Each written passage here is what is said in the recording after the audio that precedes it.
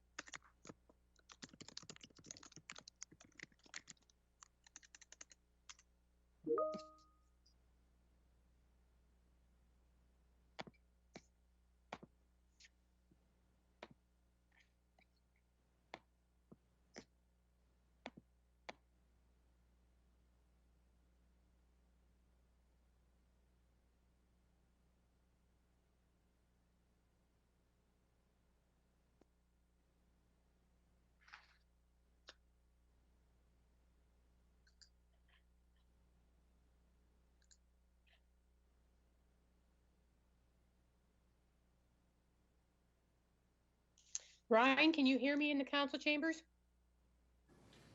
Yes, we can. We'll do a quick sound check here we have 2 minutes or so before the meeting starts. Everyone online on Microsoft Teams, good volume coming through? Yes. Yep, I can hear you. I can hear you too. Thank you. Thank you. Yes, we can hear you. Thank you very much. We're just admitting some additional bodies to the meeting. And I will leave it to the chair here in about 2-3 minutes. Thank you. Because I don't see my colleagues yet. Oh, no, there they are. Councillor Parker and Kaufman are hiding down below. I'll just warn everybody now. Mr. Westerson reminded us that we are streaming. So while we all should be used to that with council meetings, we haven't done that at every committee meeting. So just be aware we are being live streamed.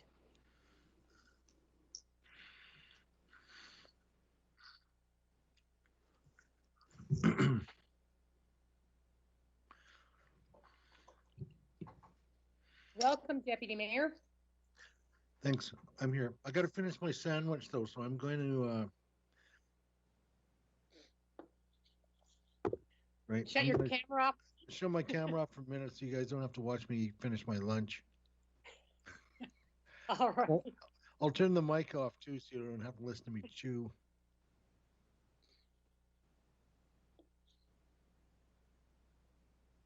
I always just tell people I'm having Wi-Fi problems. Then I shut the camera off and they don't know why I'm shutting it off.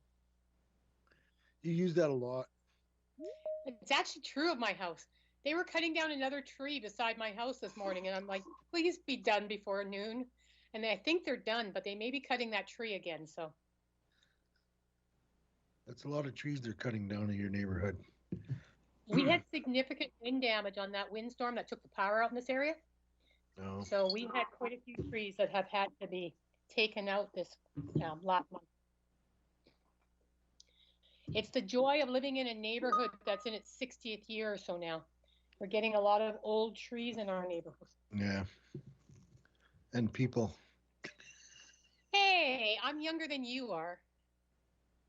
I wasn't saying you specifically. Never joke about a woman's age. I think Mr. Westerson is eager to get going.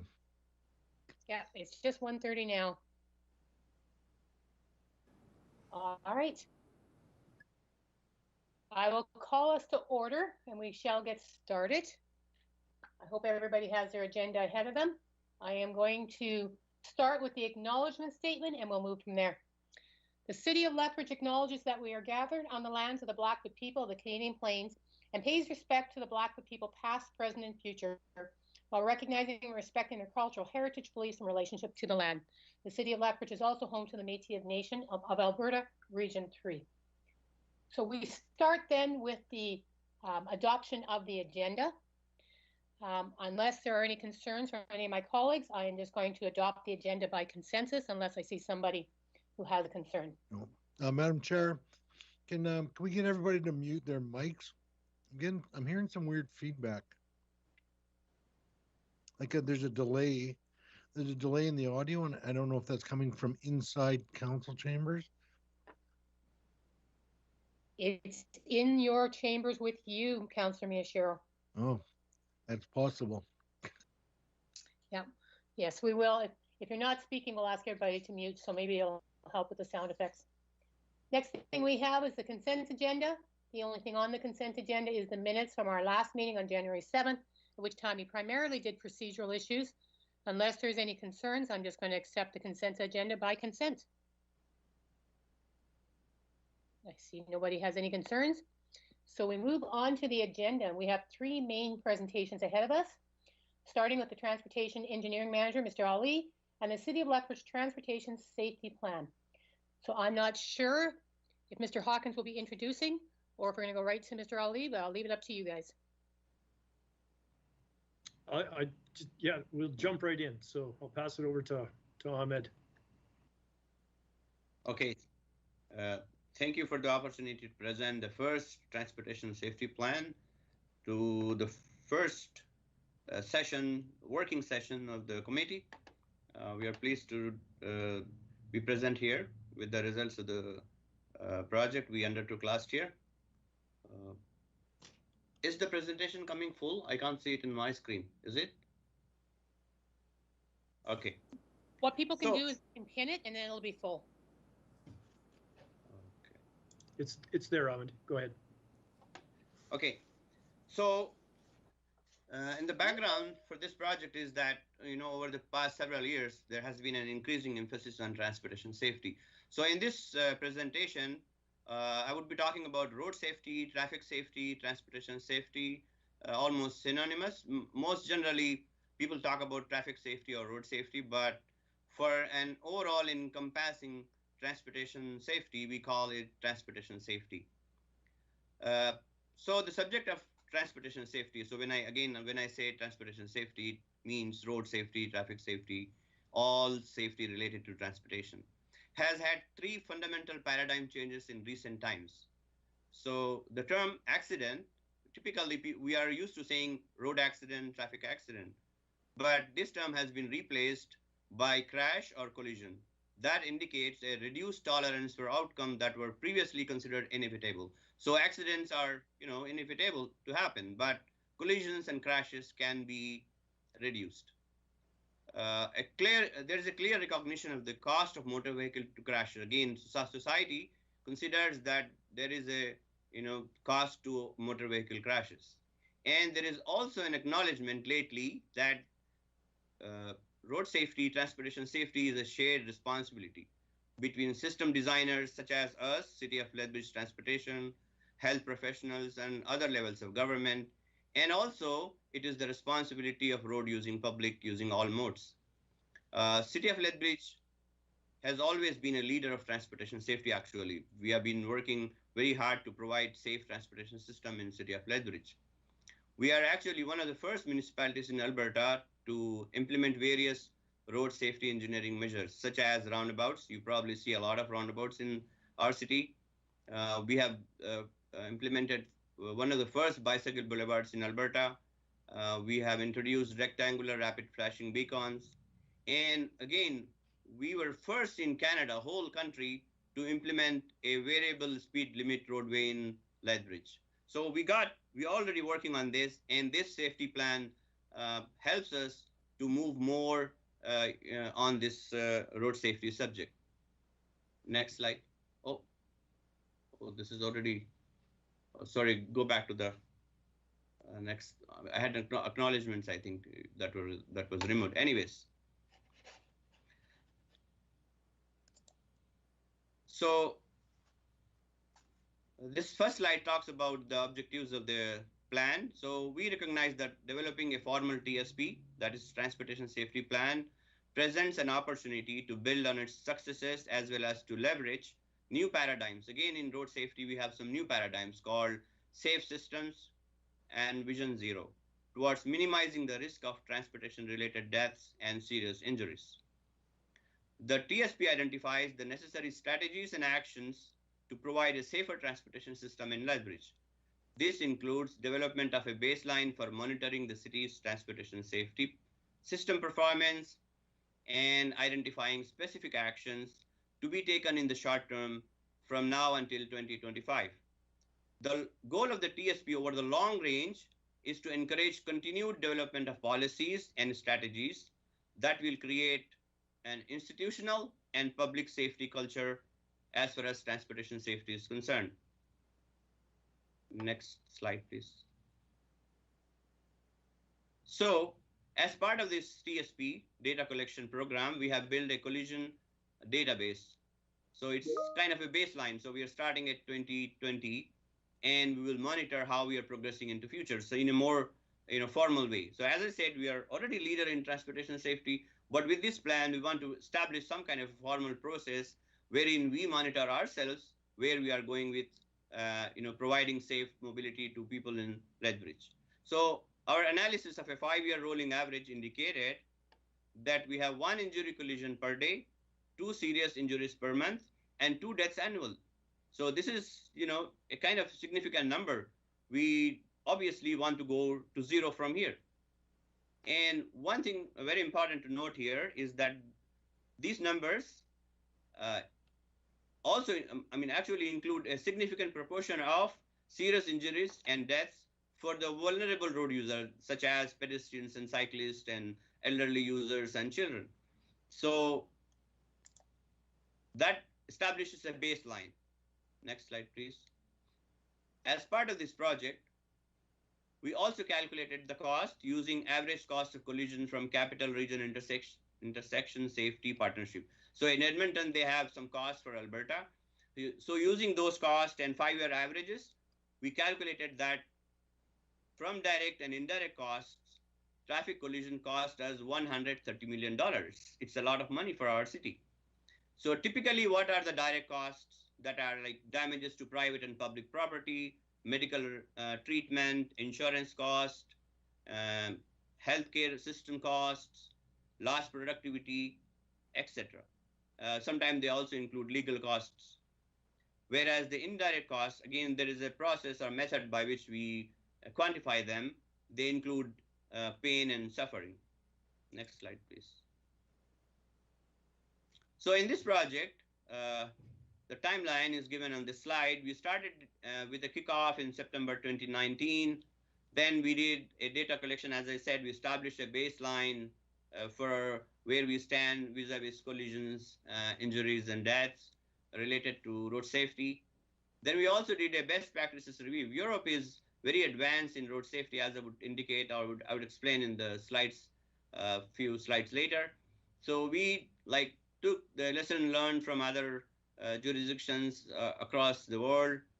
Then we did a public engagement wherein we discussed identification of issues and established a vision.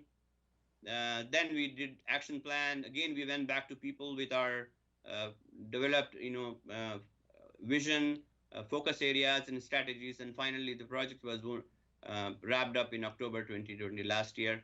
We were planning to come to council, but then there were changes. So finally, we are here to present this project to you. Next slide, please. So, as I said, we are there. We have, although we are leader, we are trying our hard to, keep the collision injuries and fatalities to minimum. We want to establish from where we are to a place where we have no fatalities or serious injuries in our city. So this is called Vision Zero. And what is Vision Zero is a strategy to eliminate all traffic fatalities and severe injuries while increasing safe, healthy, and equitable mobility. These three terms are important for all. So this Vision Zero was first coined or invented in Sweden in the 1990s. And this has proved to be very successful in Sweden and across Europe. And now it's gaining momentum in major North American cities. So cities all over US and Canada, including Alberta, many of our peers have adopted Vision Zero as their vision for their transportation safety plans. Next slide, please. So, as I said, Vision Zero is a new paradigm as far as road safety, transportation safety is concerned. So we had a traditional approach where we call road accidents, and we said accidents and deaths are inevitable. We can't do much. And it was also found that most of the collisions, 80% of them were due to human error. We say we have to perfect the human behavior. They are, it's happening because of their error to prevent collisions, and we gave responsibility to individual and we said saving life is expensive. Whereas in this new paradigm, we say traffic deaths are preventable. They are not accidents, they are collisions or crashes. And we have to integrate human failing in this approach. So we got to build our roads, we call them forgiving roads. So we have to design roads or transportation systems such that it can forgive human factors or human, errors. To prevent fatal and severe crashes, we have a systems approach. So the whole system is involved in it, in saving, and we also recognize that saving lives is not expensive. And in the last decade, and also United Nations had declared last decade as decade of, safety or decade of zero deaths and fatalities. So they are trying all over the world this approach of Vision Zero, and we are happy to adopt this as our vision for road safety in Lethbridge in the short and long term. Next slide, please. So our vision is that we will have zero fatalities and serious injuries by 2050. So there is now, we got to work on interim targets. So at 2020, we have 2025. In 5 years from now, we want to make sure that we have 20% reduction in serious injuries and fatalities. Then we have a 50% reduction by 2030 and zero in 2040. So to meet the interim target, there should be no more than 13 severe injury collisions and 1 fatal collisions in 2030. And again, all these numbers are, you might be saying, what is this decimals? They are actually 5-year rolling averages. So this is just a statistics, not to be worried about them. Next slide, please. So our plan actually aligns with all the current existing and under development, city plans. Mostly our plan takes, direction from 2 plans, which is the existing integrated community sustainability plan or municipal development plan, which has strategies and policies so that the city is safe for all modes of travel. And also, the Transportation Master Plan, for the first time, we developed a multimodal transportation plan in 2012, and that also indicated policies and strategies for road safety. So based on that, we are already taking several actions in our day-to-day operations as well as in our capital program to provide transportation safety. Next slide, please. Next. So next slide, please. So we did two, phases in public engagement. In the first workshop, we did present our current state of transportation safety in Lethbridge. Then we had an interactive workshop, and we discussed transportation safety issues which are existing, what are the current activities and challenges in city of Lethbridge as far as transportation safety is concerned. And we also worked on a vision for traffic safety, and ultimately we concluded that Vision Zero actually is a good vision for us. We found that there is a lot of interest in transportation safety among stakeholders and general public, as evidenced by participation in the workshop and online surveys. So, and also we agreed in the workshop that there is a need for education starting with children and youth. We used to have a program called Safety City that was closed. So in one of our recommendations later, you will see that we want to, restart that Safety City program with some additional educational programs.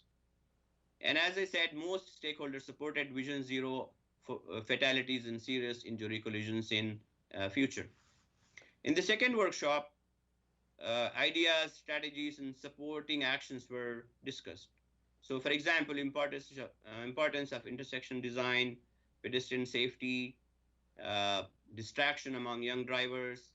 We also discussed, that was a very interesting point, that many participants thought that right now we have a U-Pass for university students, which is kind of must for everyone. We thought that this pass we could explore, expanding this U-Pass program among the major city employers such as City of Lethbridge or Public Health and Government of Alberta, etc. Next, please. So overall, this engagement program was very useful. We had 230 participants in the first and over 300 in the second engagement. And, transportation is like our day-to-day activity. Everybody is actually, uses one or the other mode of transport for his work or livelihood or school or whatever. So all of us are involved in this in a very, very, as part of our lives. So in this, we found that, everybody seems to be, have been in touch with someone themselves or others by a road collision. And everybody thought that we must work towards a Vision Zero. Next, please. So the key issues identified in this engagement was distracted driving, walking, cycling, aggressive driving, walking, cycling, speeding, and road intersections or operations. So this graphic shows different issues which were identified in our workshop. Next, please. So based on all this public engagement, baseline data, and best practices research, we identified 5 focus areas. In that, we had 30 strategies and 64 supporting action. Next, please. So distraction, the first, one of the first focus area was distraction. And, whether it's the act of driving or using other modes of travel, distraction has played a role in increasing number of transportation-related deaths and serious injuries. You probably everybody has seen people walking with their, headphones or busy on the telephone, or drivers using, distracted means while they are driving. So we identified a few actions. There are actually some interesting things which we haven't done in Lethbridge yet. For example, youth engagement through speaker program. So we can have a program wherein, we go to places where we have our youth in high schools, in college, university, and have some kind of youth, speaker program or virtual reality, as you see in that graphic. Also, something very novel is family contract and pledges. So we could, educate people, work with community and community associations to develop some kind of pledges and family contract program. Actually, CAA and AMA, they already have some kind of programs. We can use it in, education. Next, please.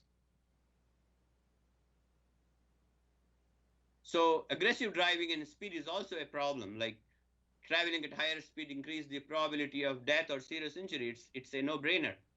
So there are several actions identified to deal with this aggressive driving. For example, courses, speed limits.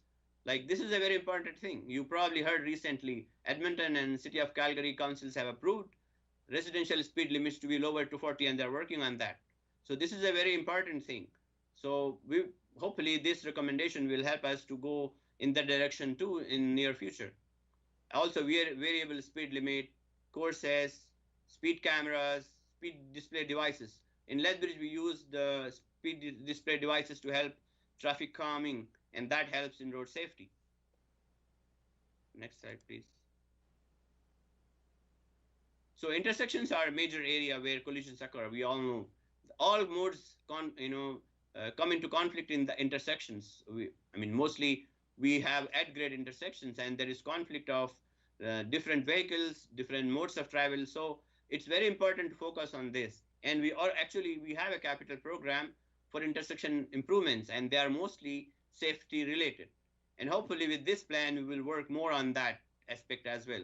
For example, some of the figures show here, there are certain ideas where we can improve the road safety. Roundabouts are very important tools in, improving road safety or reducing the probability of collisions. Next slide, please. And here's some figures show some two novel ideas. For example, we have something called smart right turn. So we're already implementing this in our new projects, our new road construction projects. So these smart right turns help in, clear visibility of pedestrians, and also reduce the vehicle speed while they're turning. So we are trying to do this in our newer construction programs, and also trying to retrofit when we do the improvement of existing intersections. Something called leading pedestrian interval, wherein we allow pedestrians to go before the turning traffic is given a green light. So we have implemented this in some of the intersections where we have capability in our control system. Next, please. So again, we will have to focus on vulnerable road users, and there are certain newer types of vehicles or mobility devices such as e-scooters and e-bikes. We are talking about it already. So we need to focus on them as well. Next, please. I will rush now because I think I have taken a lot of time. Next, please. So vehicles, again, safer vehicles. So public transit is the safest mode of transport. So if you move a lot of people from private vehicle to public transit vehicles, we're already gaining a lot of road safety or transportation safety. And we are also very close to developing autonomous vehicles, connected vehicles technology. So hopefully the moving people away from private vehicles to public transit, and I understand in COVID times that may be a big challenge, but ultimately, when we are normal, we try to work on improving, the mode share from private vehicles to public transit by different means. City of Lethbridge is already working on it. There are certain projects currently ongoing to do that. So also work on transit marketing, parking costs. We have been talking about parking costs so that we can promote public transit over private vehicles. And as City of Lethbridge, we are not too big to do testing and supporting the autonomous vehicles, but we definitely be aware of what's happening in the world. So we are ready for future. So our current transportation master plan is actually looking at these newer lenses. We call it technology lens. So how will we be prepared for future? Like curbside management, now we have new things. We will have lesser number of people having private vehicles in future. So how does that affect our transportation system? So you will hear in the third presentation today about our transportation master plan. And this is one of the first components. So hopefully, we are already ready for the future by working on these new technologies. Next, please. We are almost done now. So there are different focus areas where we work. We also have to work on overall safety management. We call it transportation safety management. We got to develop a culture of safety. So we have to have, the paradigm shift that the responsibility is, say, only municipality is responsible for providing safety. No, it has to be an overall system. A culture in public and private systems have to be developed so that we have a social climate in which road safety is highly valued and rigorously pursued. So we will work on developing this culture in coming short-term and long-term scenarios. Next slide, please. Again, we can just fix. So this is again about the safety culture. Next, please. So we have a short-term implementation plan included in our report. So some of the things include safe systems, which is reduced speed limit zone. So we probably will work towards that in the short-term future. We will work on protected only left turn faces, for example. When we have permitted left turns, that potentially has a potential for more collisions. We will work towards developing more roundabouts in our newer and older existing areas for traffic calming. As I said, leading pedestrian intervals, smart right turns, bike boulevards. We are also working on safe cycling by providing, dedicated cycle tracks in right now in downtown and other areas, but we'll kind of expand that program, and also work on strategies for modal shift to public transit. Next, please. So this all needs implementation support from all levels of leadership and governance, from municipality as well as from us in different departments. So education and communication is a very strong tool in road safety. Coordination among agencies. So road safety is not just our responsibility. It is across the agencies, public agencies, and other private major players. So we will work on coordination. And very important is human and financial resources are needed for implementation and monitoring. So we already have a lot of road safety inbuilt in our programs, but we need to expand this further. Next slide, please. So finally, we have the recommendations for the committee today is to adopt this transportation safety plan and its implementation within the existing and future capital and operational programs, and to recommend consideration of dedicated transportation safety resources to coordinate and advance transportation safety plan in the next capital and operating budget. Just to note here, almost all municipalities of our size or larger have dedicated transportation safety professional and resources to work on transportation safety, and we actually have inbuilt in our existing traffic operations and transportation resources to work on road safety. So we probably need some dedicated resources in our future. And we will also like opportunities to provide annual updates on this plan. So a plan is no success if we don't follow it up, its monitoring and performance. So we plan to kind of implement this plan and follow up with the council on implementation and its success. That's it. Thank you. I think I took a little bit more time than given to me, but this is such a big plan, and even I reduced a lot. I had to speak.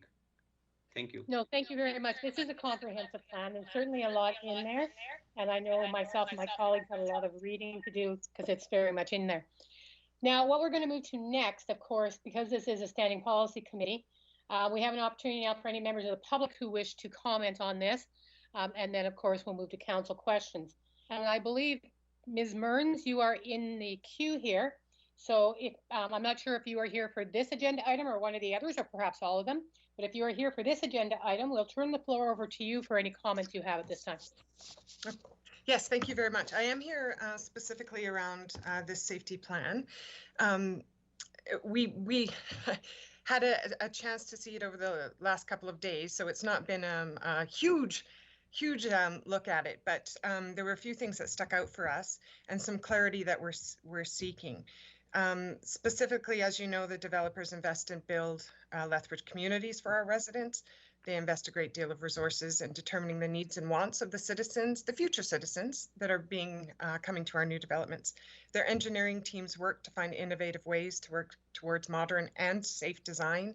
We applaud this plan. I think it's very important that we work towards safer streets and neighborhoods for sure. So there's some great things, including reducing speeds by narrowing lanes is a great example of how that can be effective. But some of the recommendations specifically around how roundabouts and how the industry and city administration can move forward if this plan is adopted. So our members have expressed concerns around the increased use of roundabouts for several years. This concern was most recently brought to the attention of City Council during our meeting of March 20th, and again in our submission to the Economic Recovery Committee in July 20th.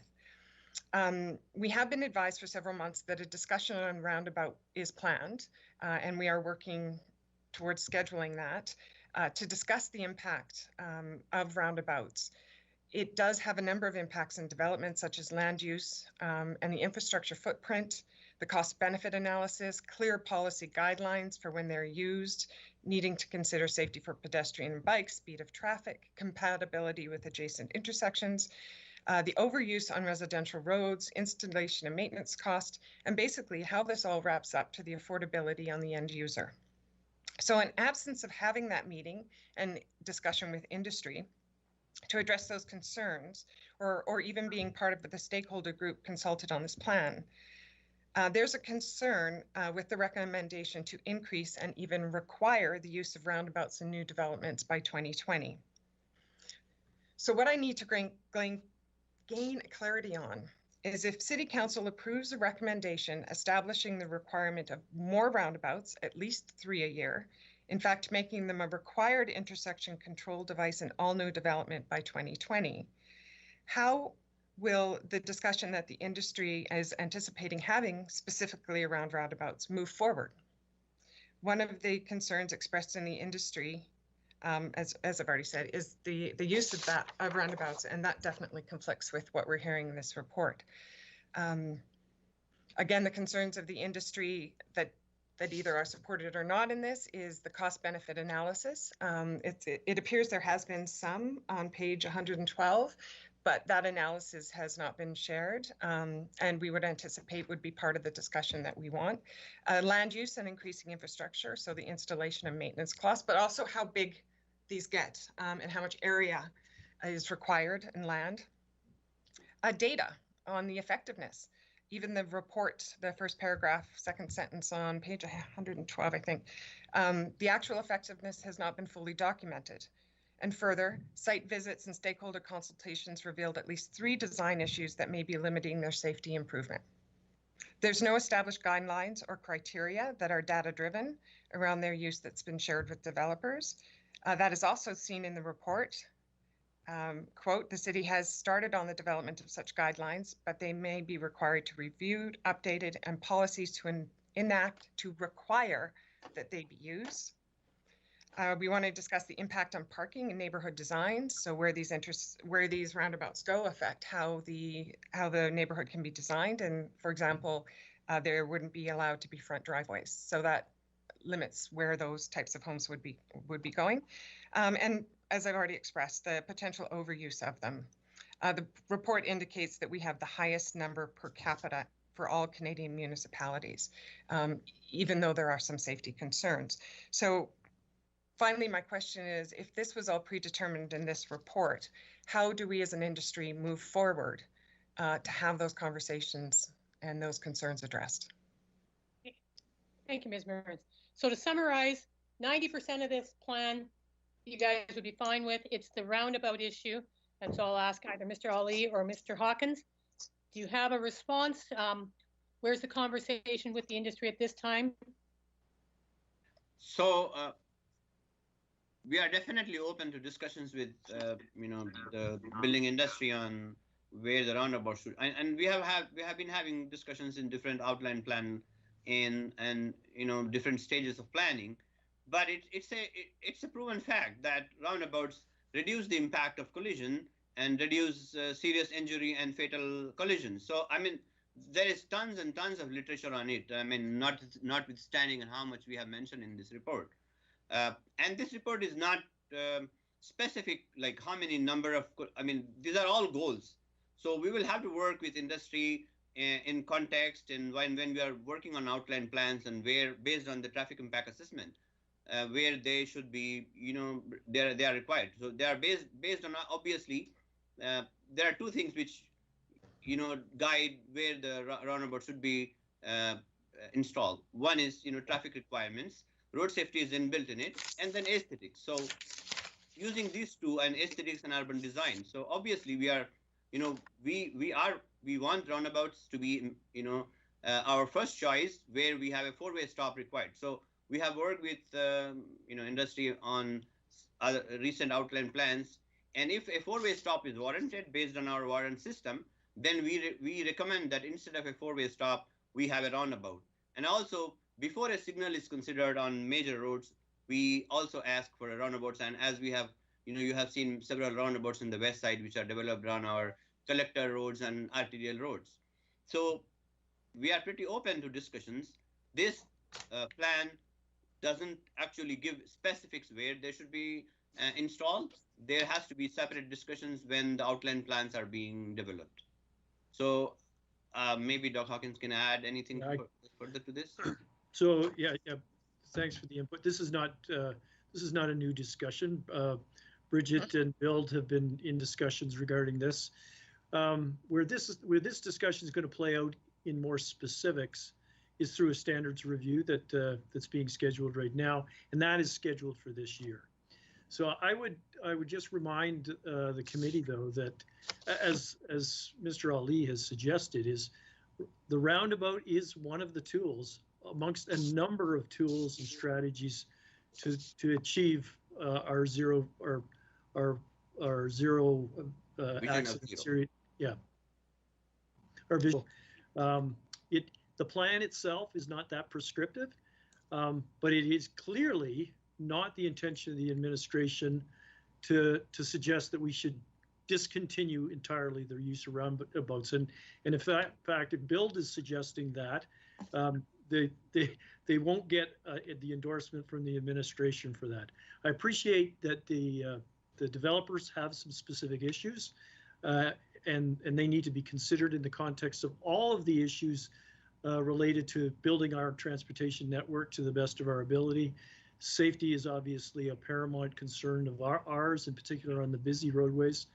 But affordability is an aspect, the actual cost, the life cycle cost, ongoing maintenance. Those are all things that we consider and will consider as we move forward. But as Mr. Ali has mentioned, there is all kinds of literature and our decision to move to roundabouts happened a number of years ago, 10, 15 years ago now, as a more common intersection calming and traffic safety measure at four-way intersections, and that was based on empirical research that has been conducted and proven not only elsewhere in North America but in Europe as well. So it isn't a case of that we dreamed up a standard of our own and that we're unique in that situation, and that we should only be monitoring the results of our specific application of these. But we do have empirical data specific to the effectiveness of roundabouts in our community, and that data continues to be gathered by Ahmed and his transportation team as well. We are happy to share that with the builders as we go forward in here. But I think it's just one last thing is that roundabouts are an extremely effective tool, traffic tool in terms of traffic safety, pedestrian and cycling safety. And we will continue to recommend that council actually deploy those. Disputing that at all. Okay, let's just summarize it this way, because I hear both of your concerns. If this moves forward as it is, we are recommending in this transportation safety plan that roundabouts be looked at from a safety concern, but whether or not a roundabout is constructed will be also built based on the outline plan, the cost, et cetera, et cetera. So this is recommending them purely from a safety concern, but it is not, if this moves forward, a guarantee one will be constructed. Yes. That's right. So Fair in enough. the documents, it specifically talks about having at least 3 roundabouts each year installed between 2023 to 2025, implementing a requirement for all new developments to consider roundabouts as the default intersection control device. The problem isn't around whether roundabouts are good or bad. No, roundabouts have many great benefits, but as you've acknowledged, there are other considerations. The industry has been asking to sit down and talk about those considerations, so we're clear on it. So when they do come to the outline with an outline plan, that they know, okay, this is what needs to be applied. As you've mentioned, there's no guidelines, or if you do have them, they've not been shared, but your report indicates that they're in the works. So what we're asking is to be part of that conversation and further the concern of having a plan that's approved by City Council with wording says there shall be, in absence of having that conversation. Well, we've heard your concern. I'm going to move to questions from council now because they may have more questions about this. When the recommendations are being drafted by council or by the committee, I'm certain your concerns will be taken into account. But I'm going to move forward now to questions from the committee at this moment.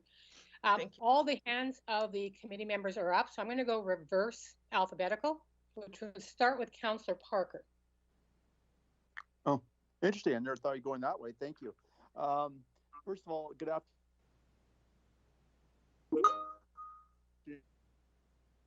My question is, how are we going to roll these out in regards to recommendations? What are your time guidelines on how you're going to go about it? Like, which ones are going to be first, and when are we expected to make recommendations to council for the endorsement? And I think are you looking for an endorsement from council, or is this just a matter of, this is just an update, this is what we're going to do?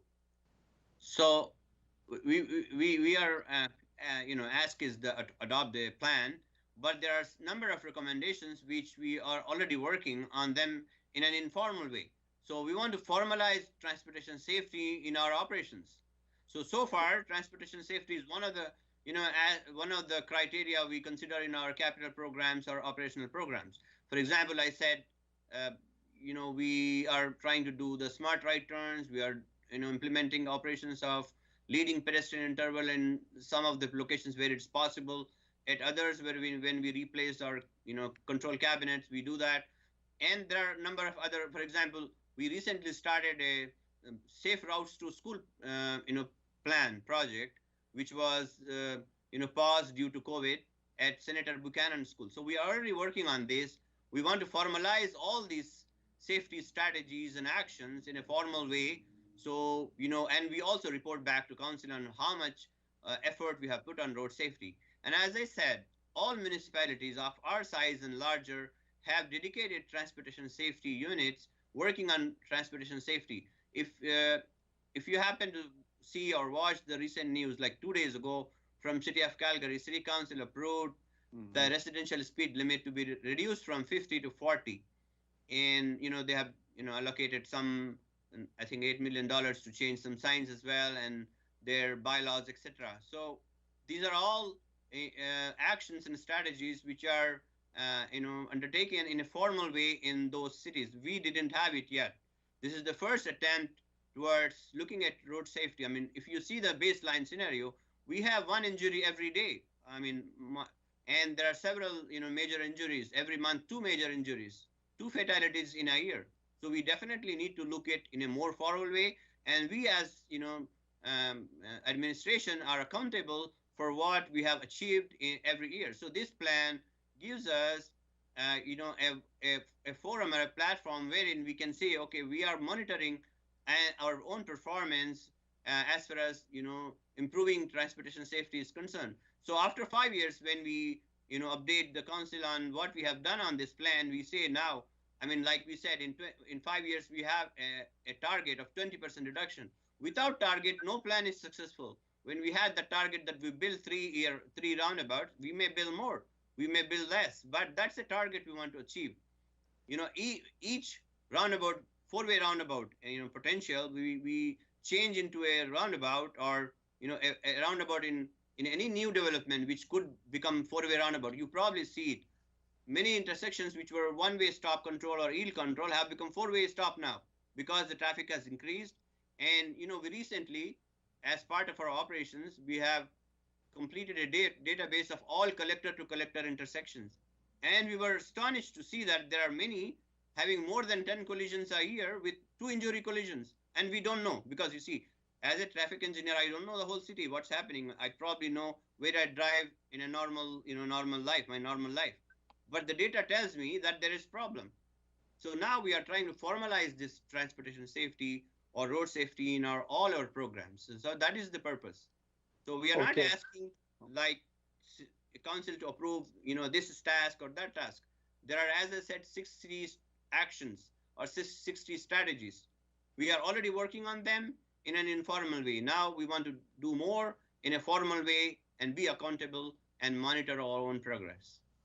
Thank you, and I appreciate that answer. And my final question, and thank you, Madam Chairman, is maybe Mr. Hawkins. And Mr. Hawkins, now that we have this status report, where we at, what our objectives and all that, what is the role of this committee in regards to the link between us and council? Is it to endorse or just accept it as information and send it to council? What is our role? Oh, actually, can I answer that? Because that's a process question. We have 3 recommendations brought forward by administration that we recommend to council they adopt, that we allow for consideration for dedicated resources, and that we recommend that there are updates. Those are what has been brought to us, but it is up to us at the end of our questions and the presentation to decide what the recommendations we wish to as a committee send on. We can endorse the ones that have been brought to us, we can change them, we can send up a recommendation that it not be adopted, that any of those are available to us as a committee. And so we will, as a committee, decide what gets sent on to council. We have to send something to council for council to make the final decision, but what is sent up is our decision. And those are the resolutions that are attached. Am I correct, Madam Madam Chairman? Yes. So Perfect. We have the draft. Okay, I just want to make sure process. Thank you very much. Okay. Deputy Mayor Sherrill. Thank you, Madam Chairperson. Thank you very much, Ahmed, for your presentation. I like the fact that the safety plan is more proactive, and you're looking at, it's not a sledgehammer approach. It's not a bunch of prohibitive things. It's trying to get people to change their behavior, or if you can't get them to change your behavior, you set up the environment so that it makes it safer. I really like that approach. The question about roundabouts, since we're on that topic, Mr. Hawkins was talking about standards, and obviously the road standards that are going to be looked at by your department. There are different kinds of roundabout for different purposes as well. Is that correct? I'll give you my example. You installed a roundabout by the judo club where those new apartments are, and you just placed it right in the middle of an existing street. You didn't have to blow out any curbs. Do you know how that's working for? I know I've been on that road a few times. It seems to work quite well. Have you had any feedback from regular users of that road? That's called a mini roundabout. So right. That's typically in retrofit situations. Right. And, it's an existing road, and we have certain changes in that area with that multifamily and right. That waste site. So we had traffic impact studies, and that recommended a roundabout as a solution. Right. And so that's the retrofit situation. And we haven't heard any negative feedback yet. So I'm assuming it's all good. Like people are like it. So there's not just one size fits all. If you have a certain standard, if you need a bus to go around or a fire truck or whatever it is, certain roads could have smaller ones, is what you're saying. Actually, there was one more on the other end of that 28th Avenue. At 28th Avenue and 32nd Street, it's a very, complex intersection near Leon's. So we will have that built this year. Right. Okay, great. Thank you very much.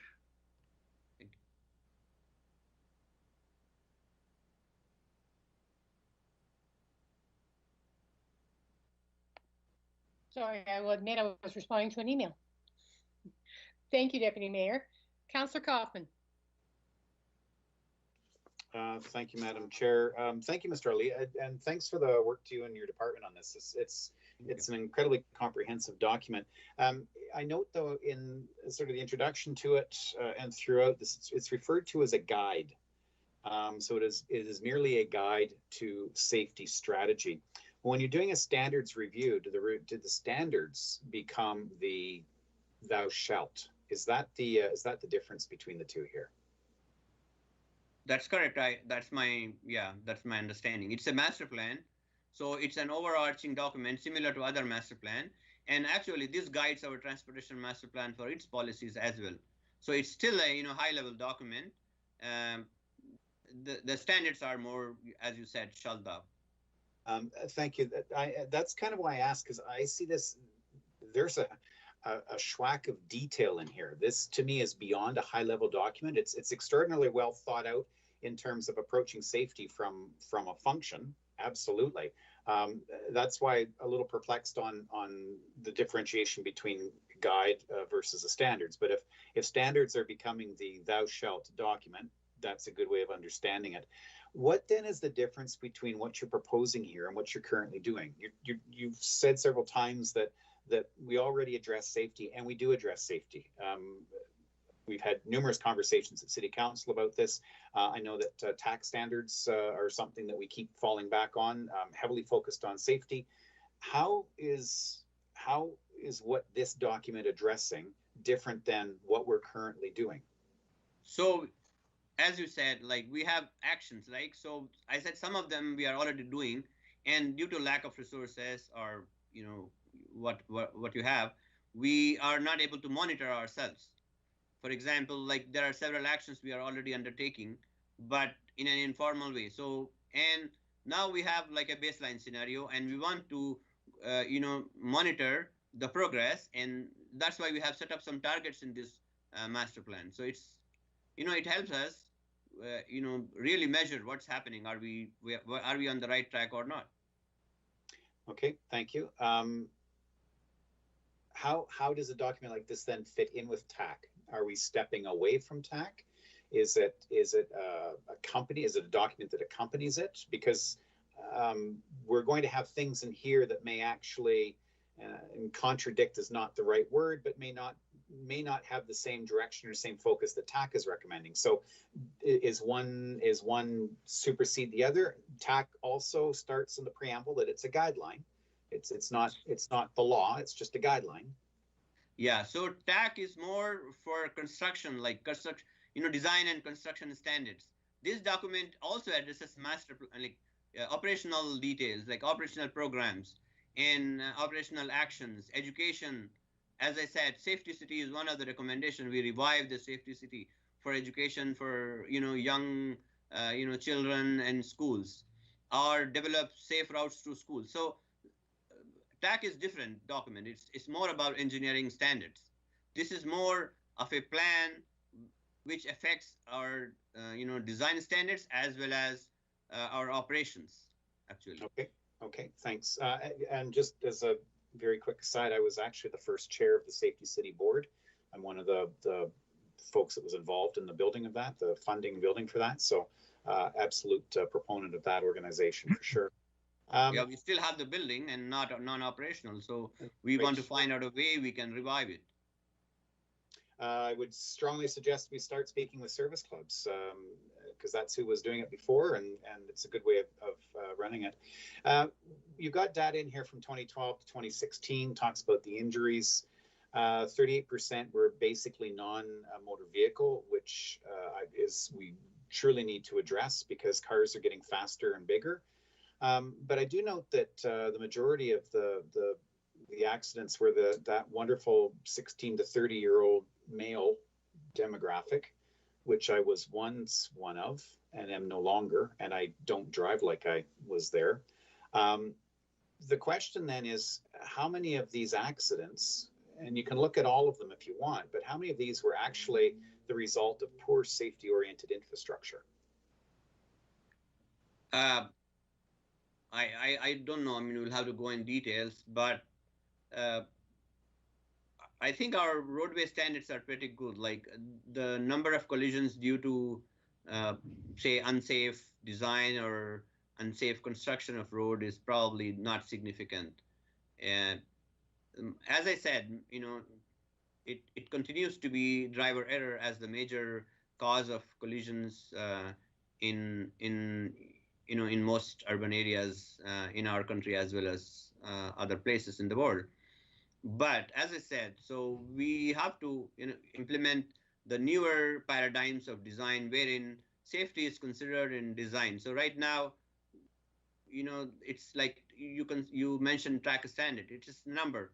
So instead of just going through number, that's the reason why track changed the title as guide rather than standard. So when you look at designing or retrofitting existing roads, the safety should be one of the primary concerns.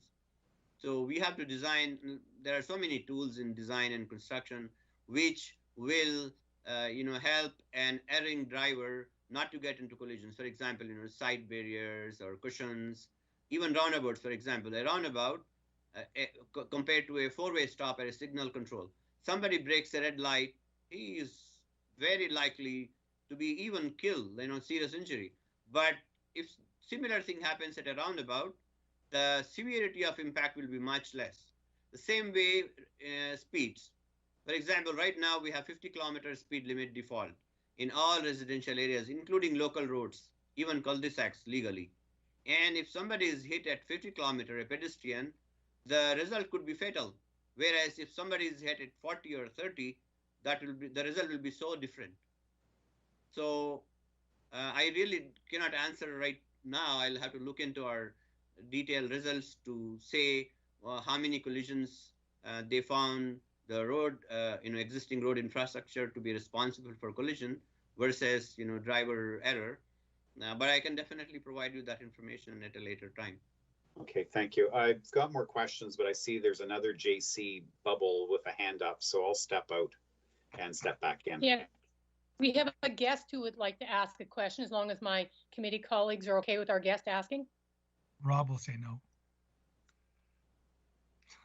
Go ahead, Councillor Carlson. Thank you, Madam Chair. Appreciate the committee allowing us non-members to participate.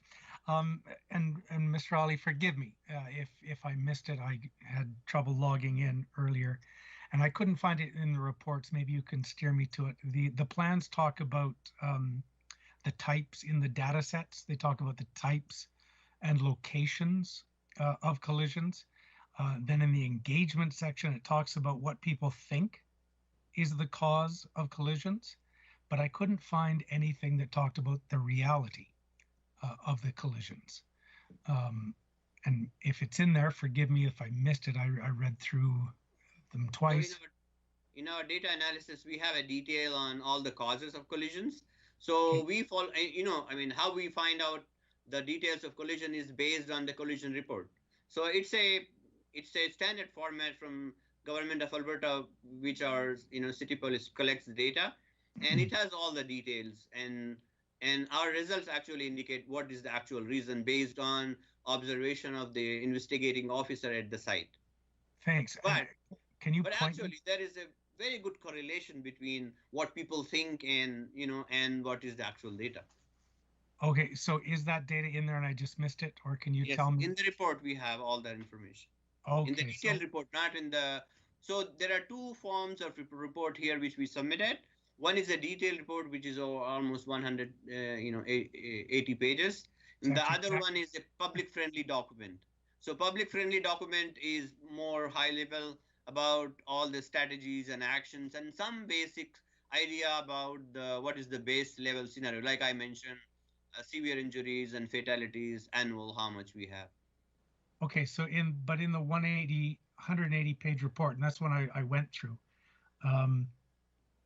I couldn't find it. So I'll reread that report. So You mean the causes of collisions? Yes. We have some graphics showing the causes with numbers.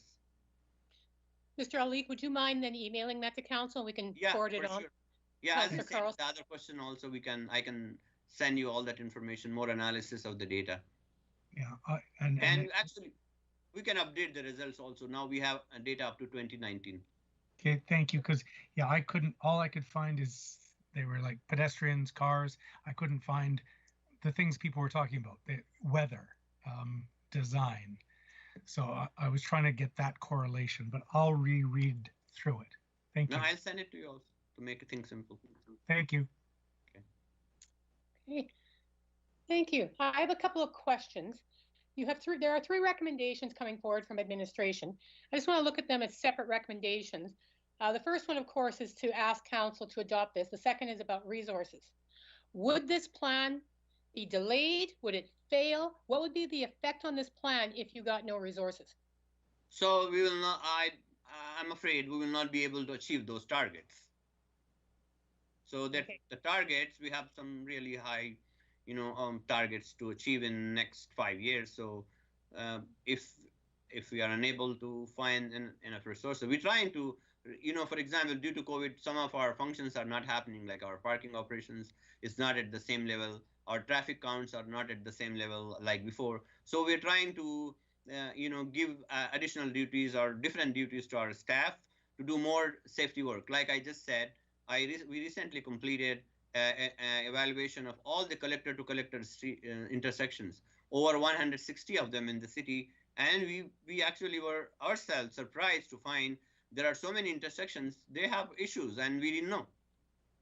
So we will focus on them. And, in our regular operations, there are very simple fixes, like a sign needs to be changed from an yield control to a stop control. Or there is, two-way stop, we need to convert to a four-way stop.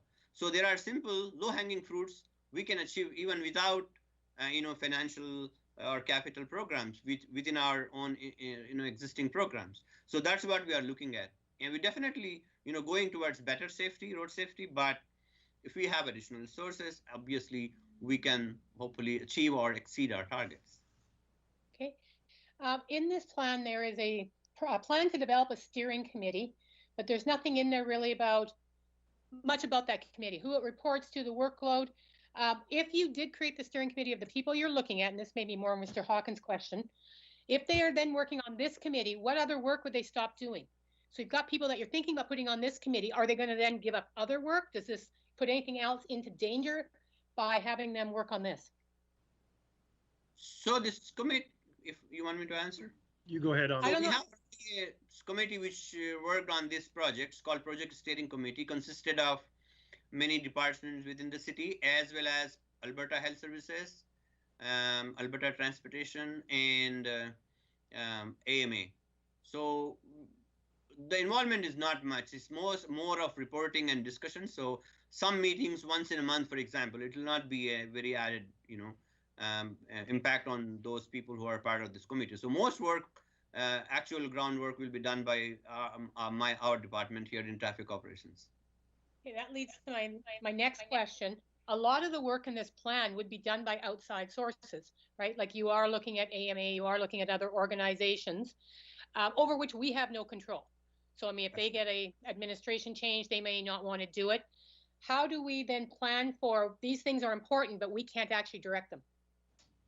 Of course. So our job is more coordination for what they could do and what we could do. For example, AMA has dedicated resources for education, like safe routes to school. So when we started this Senator Buchanan, pilot project for safe routes to school, they came on board.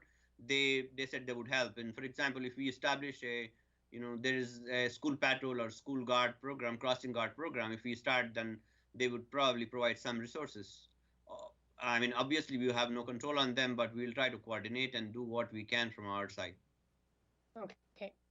All right. I see hands back up again. Deputy Mayor Mearshura? No, sorry, mine was answered. All right. Councillor Kaufman. Thank you, Madam Chair. When we're looking at these targets, so 2020, you indicate in the document that we had 28.4% of the accidents were serious injury or fatality, and there's a desire to get those down, which is great. Do we account for the? I think I stand to be corrected on this, but it's pretty close to an exponential growth of the number of vehicles, just based, I know that on the vehicle movement sort of traffic counts that you folks do. Every residential dwelling, I believe, gets it's 10 vehicle movements. Something I challenged when I first heard it, and then realized I was doing 12 to 14 based on ferrying children around and running to and from meetings and stuff like that. But it becomes an exponential growth. So you're pushing back on that, and it's great. We're trying to get that down, but does that account for even that growth if we maintain a 2% residential growth in the city? Yeah, I mean, because our infrastructure also grows with the same growth rate. Okay. So we are catching up with this, but we are doing business in a different way. So there is a paradigm shift. So every time we design a road or do some operational program, road safety comes into one of the primary considerations. Okay, excellent. Thank you. When we're talking about moving to a program like Vision Zero, and I think this document is basically saying we're going to adopt Vision Zero. What are we going to do in terms of a strategy of receiving public feedback on that first before making that move? So we had, as I said, and we had two phases of public engagement. So the Vision Zero was adopted in consultation with 80 stakeholder groups within and outside the city, including indigenous groups, educational boards, varying groups, and also general public. So overall, we had almost 600, distinct contacts or comments onto this plan, both the vision as well as the plan recommendations. So this is the culmination of the whole process, and we have a report now for council approval or adoption. Okay, so I guess the way I read section 4.3 when it's community engagement and read back through some of the public sessions, the online survey, the workshops, and things of that nature, I am uncertain as to how the concept of Vision Zero was contextualized. And so it's going to people's understanding of what that really means. Did you talk about some of the costs, some of the changes that requires, some of the fundamental changes, and especially a different approach to car culture? If people understood that and they're still behind it, that's awesome. I hope so. Okay. I don't. Yeah, actually, let me do this one first. So sort of to what Bridget was saying, in terms of the focus areas, is there anything in there that jumps out at you immediately that has the potential of affecting offsite levy? I don't. No. Are you addressing that to Ms. Mearns? Well, actually, I'll either send that to Ms. Mearns or Mr. Hawkins.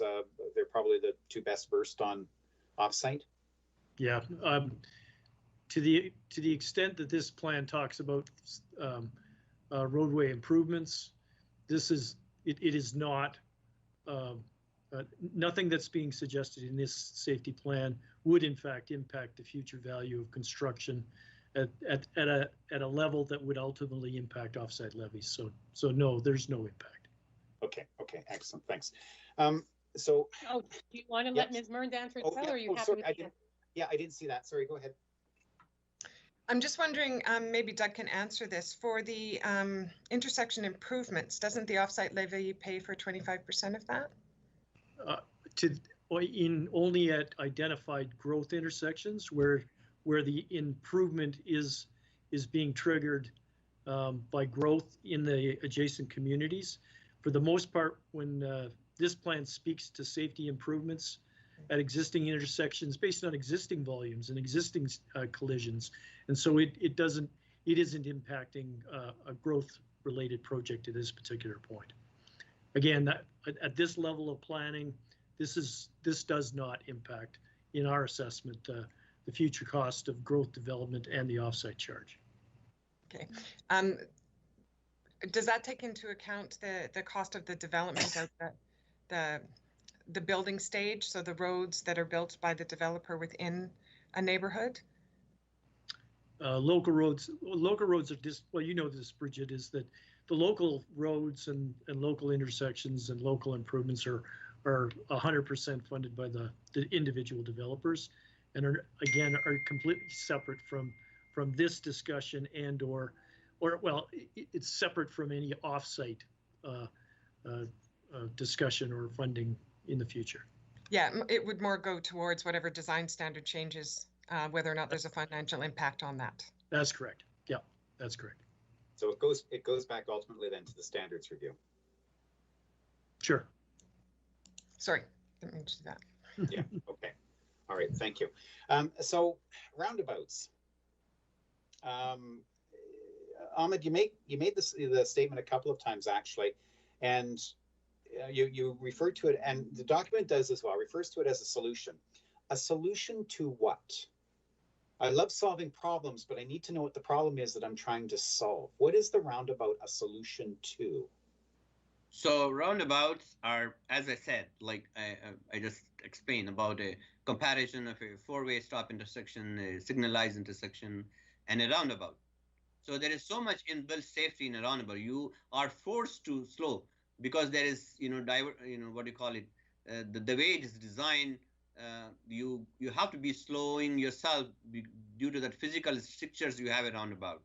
So you have a deflection angle, you have a small concrete, island inside, or you may also have some concrete for directing you into, a direction, proper direction. So you slow down. And when you slow down, the impacts of collisions are much less severe than they would be at a four-way stop or at a signalized intersection. So it's a solution to, I would say, the risk of severe injury and fatalities due to road collisions at intersections. Based on data that at some intersections, some people miss a stop sign and proceed through a four-way stop at highway speed or at roadway speed. Okay. I hate to sound like an idiot on this, although that's a role I happily play on council. I'm thinking that maybe needs to be clearly stated or highlighted or underlined or put in bold yellow or something, just so that we all recognize that is what we are trying to do here. I utilized the one at 28th and 28th down by the judo club, and it certainly does move traffic, but I recognize it actually moves traffic faster. And I wonder if the roundabout becomes counterintuitive in terms of trying to slow people down sometimes as well. Because I can go faster, especially if I'm going in a straight direction. If I'm traveling 28th Avenue South and there's nobody coming, I can still navigate that at a fairly decent speed. Although I said earlier, I don't drive like a 16 to 30-year-old anymore. Hypothetically speaking, you can travel at same speed. So it pushes my senses a little bit about if we're trying to slow people down and you move to a 40-kilometer-hour residential speed limit, but you're creating an infrastructure that still moves cars or moves vehicles quickly, is that a little counterintuitive to what we're trying to do in terms of vehicle safety? Or the ultimate benefit of a roundabout outweighs a four-way stop? That's your contention in your argument. That's right. Yeah, this slows down people by, like, at a four-way stop, if you miss the sign, you're going at whatever your operational speed is at that moment. But when you see a roundabout, all the signs and the deflection, even at the 28th and 20th, you cannot go straight on the roundabout. There is almost 6 to 7 inches, level difference between the road and the concrete. So when you go, you obviously feel that, that impact on your vehicle. So you can't go very high speed. Well, hypothetically, I haven't. Oh, I don't know. Practically, you definitely will need to reduce your speed there. Yeah, I'll hear it and I'll call you. So if we look at a city developed neighborhood like Riverstone, have the roundabouts proven successful in there? Yeah, I think so. We haven't collected the data because they're like in a new intersection. You only have data after that, roundabout is developed. So I don't know.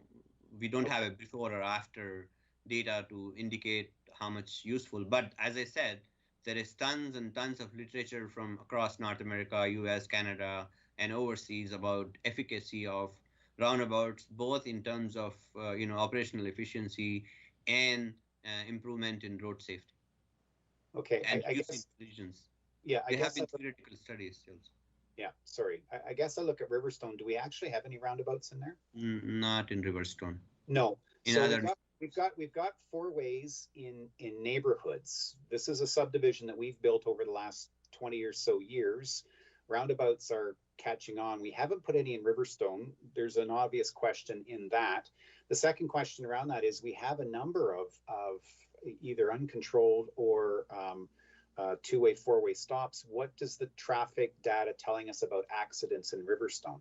If we're talking about creating this as a move forward in new subdivisions, fine. I don't know why we don't have any in Riverstone, but then what data do we have in our own subdivision that would indicate that you know there is this requirement in new subdivisions that we're building? So as I said, we just completed a kind of a small study for collector to collector road intersections, and I have data for Riverstone as well, but I don't have it right now. Okay. So Okay. I can answer you. But I said I was surprised to see so many intersections having 10 or more collisions in 5-year period. Okay. So, and some of them with injuries. So we'll have to look at them, and as I said, we will improve on those. So Riverstone was built before we started looking at roundabouts. So all the newer subdivisions after Riverstone have roundabouts. Okay, sorry, I thought we've done a fair number of phases over the last 10 years, but I'll go back and look. Excellent. Thanks, Ahmed. Thanks, appreciate that. Thanks, Madam Chair. All right, I see all my hands are down, so I think we've come to the end of questions. So thank you again, Mr. Ali. That was a very fascinating presentation. A lot of work has gone into this. Now it turns to the committee's job, though. We have draft motion in front of us. It has 3 parts: that recommend council adopt the transportation safety plan and its implementation within the existing and future capital and operational programs. 2, recommend to the council to allow for the consideration for dedicated transportation safety resources to coordinate and advance the transportation safety plan in the next capital and operating budget deliberations. And 3, recommends that administration provide opportunities for annual updates on progress of the transportation safety plan. Thank you, Mr. Westerson. He has brought that up on the screen. So committee, there is nobody's name attached to this. This is the motion that has been drafted for us. And so now we have to decide as a committee, do we forward the recommendations as they are? Do you want to make amendments? Do you wish to forward it to council with no recommendations or without or a recommendation that's in the positive? What is the discussion among my colleagues? Sorry, Ms. Brown, thank you. Mr. Westerson was quick enough to let me know that someone else is doing the screens for us. So what do my colleagues think? Final decision rests at council, but we have to decide what our recommendation is. Kaufman has his hand up. Oh, Councillor Kaufman. Thank you, Madam Chair. Thank you, Deputy Mayor. So just to clarify the conversation or the questioning, the line of questioning that Ms. Mearns brought forward, has this document been looked at by BUILD, recognizing its high level, recognizing it's a standards review where the thou shalt things will occur? Has this guide, has BUILD had an opportunity to go through this guide? So Mr. Ali, Mr. Hawkins, can you respond to that? So we sent this document to all the stakeholders, and I don't remember if it is built, but I know the downtown BRZ, the business, what do you call the Chamber of Commerce.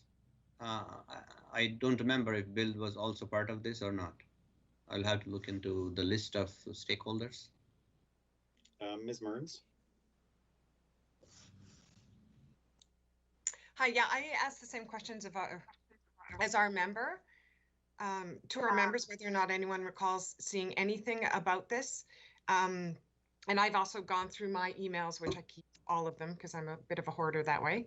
And I couldn't find anything about it either.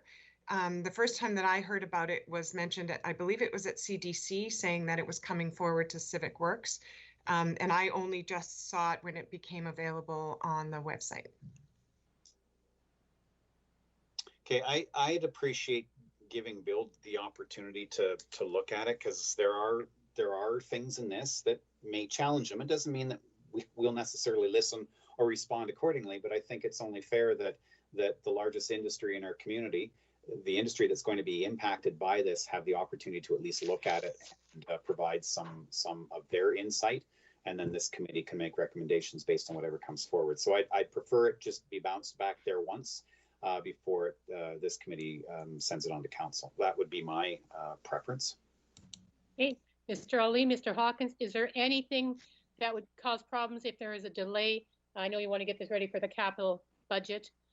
Is a delay doable from your perspective? Sure. Councillor Mayor Sherrill, or Deputy Mayor Sherrill, I know your hand is up as well. Yeah, thank you. I was going to suggest the same thing as Councillor Kaufman did, was to send it to Bill or any other stakeholders that were missed the first time. I do know you did two stakeholder discussions, but you know, things get missed sometimes. So if we send it back to Bill, when does it need to be back to this committee by in order for Mr. Hawkins, for your department to get this ready for CIP and or budget? We've there's no rush. The CIP is being fleshed out and is going to be in front of Economic SPC next Wednesday, I think. So we've made some allowances for the recommendations that are in the action plan that's in this plan, albeit even in its unaccepted form or unapproved form. So that isn't an issue. Again, in terms of future operating budgets, we got lots of time before we're back in front of City Council in late 2022 talking about operating budget impacts. So yeah, so no rush. Right. And so in terms of the actual plan and the planning process for the TSP, a delay won't affect the actual cost of implementing this plan because there will be cost associated with it anyway. Is that what you're saying? That's correct. Like the adoption of the plan does not in itself suddenly obligate council and the corporation to spend more money, if that's the concern, right, or make more investments. The place that detailed discussion happens is at operating and capital budgets. Okay. Those are future decision points. Okay, thank you. Then I would support Councillor Kaufman's suggestion to send it back to Bill for further discussion. So what I'm hearing is a referral back to administration for review, and to have a conversation with Bill about it, and to bring it back for the March 4th meeting, which would be our next meeting. Am I capturing the motion correctly that I have on the table? Does that give Bill enough time to review it? We have a developer council meeting on January 10th, so I can, or February 10th. So I can put it on that agenda and we will discuss it. There's only a few other things that came up in our brief sort of look at it. And it really is more around clarification on how it works, just as today. I mean, it's not an objection to the plan. It's about how we have meaningful conversation, and what will be held to based because of the plan being adopted. And it's going to be a very cold February. What else does anybody have to do but review a plan? Well, the MDP. Oh yeah, that was that too. Another plan. All right. So I am going to look to Mr. Westerson and Ms. Brown. Do you have captured that motion that we are making a referral motion to administration on the understanding that it will be shared with Build and get their feedback as well before coming back to the March 4th meeting? And I know that'll be up on the screen here momentarily. They always make us sound intelligent. They write it in a way that makes it sound way better than I actually said it.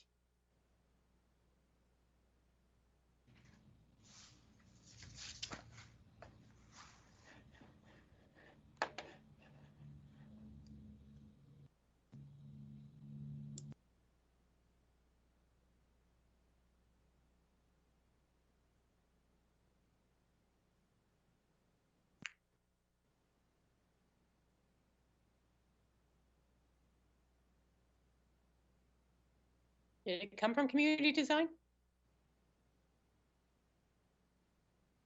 No, this would be back to administration, not community design. Sorry.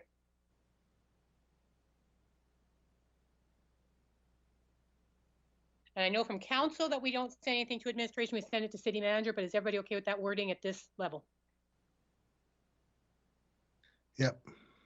Okay. I'm fine with that too. I was thinking it'd be Councillor Kaufman who'd have an issue with it, but he hasn't said anything.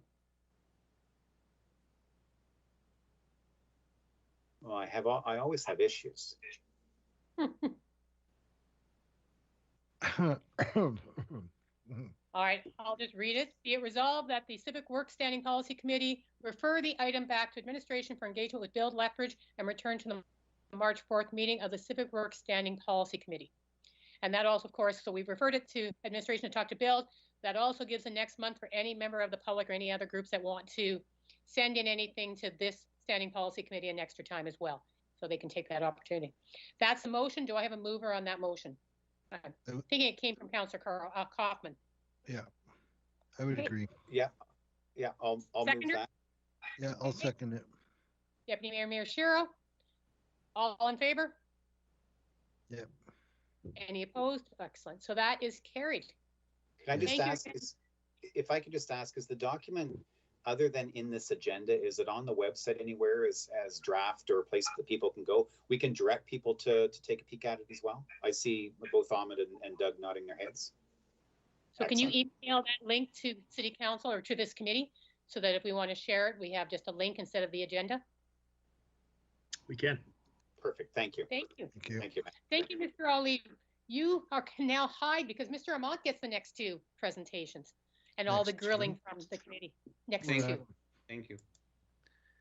All right, so we'll move to 4.2, which is a 13th Street and 5th Avenue North functional planning and design presentation. And that is you, Mr. Sondermont. Thank you, Madam Chairperson.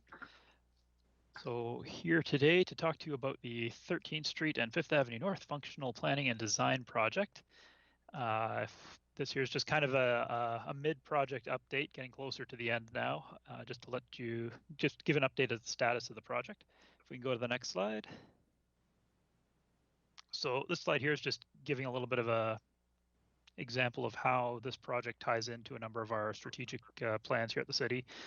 The council strategic plan, the MDP, transportation master plan, and the cycling master plan as we get into this project. So if we go to the next slide. So this project covers 13th Street from end to end. That's 26th Avenue North down to 16th Avenue South.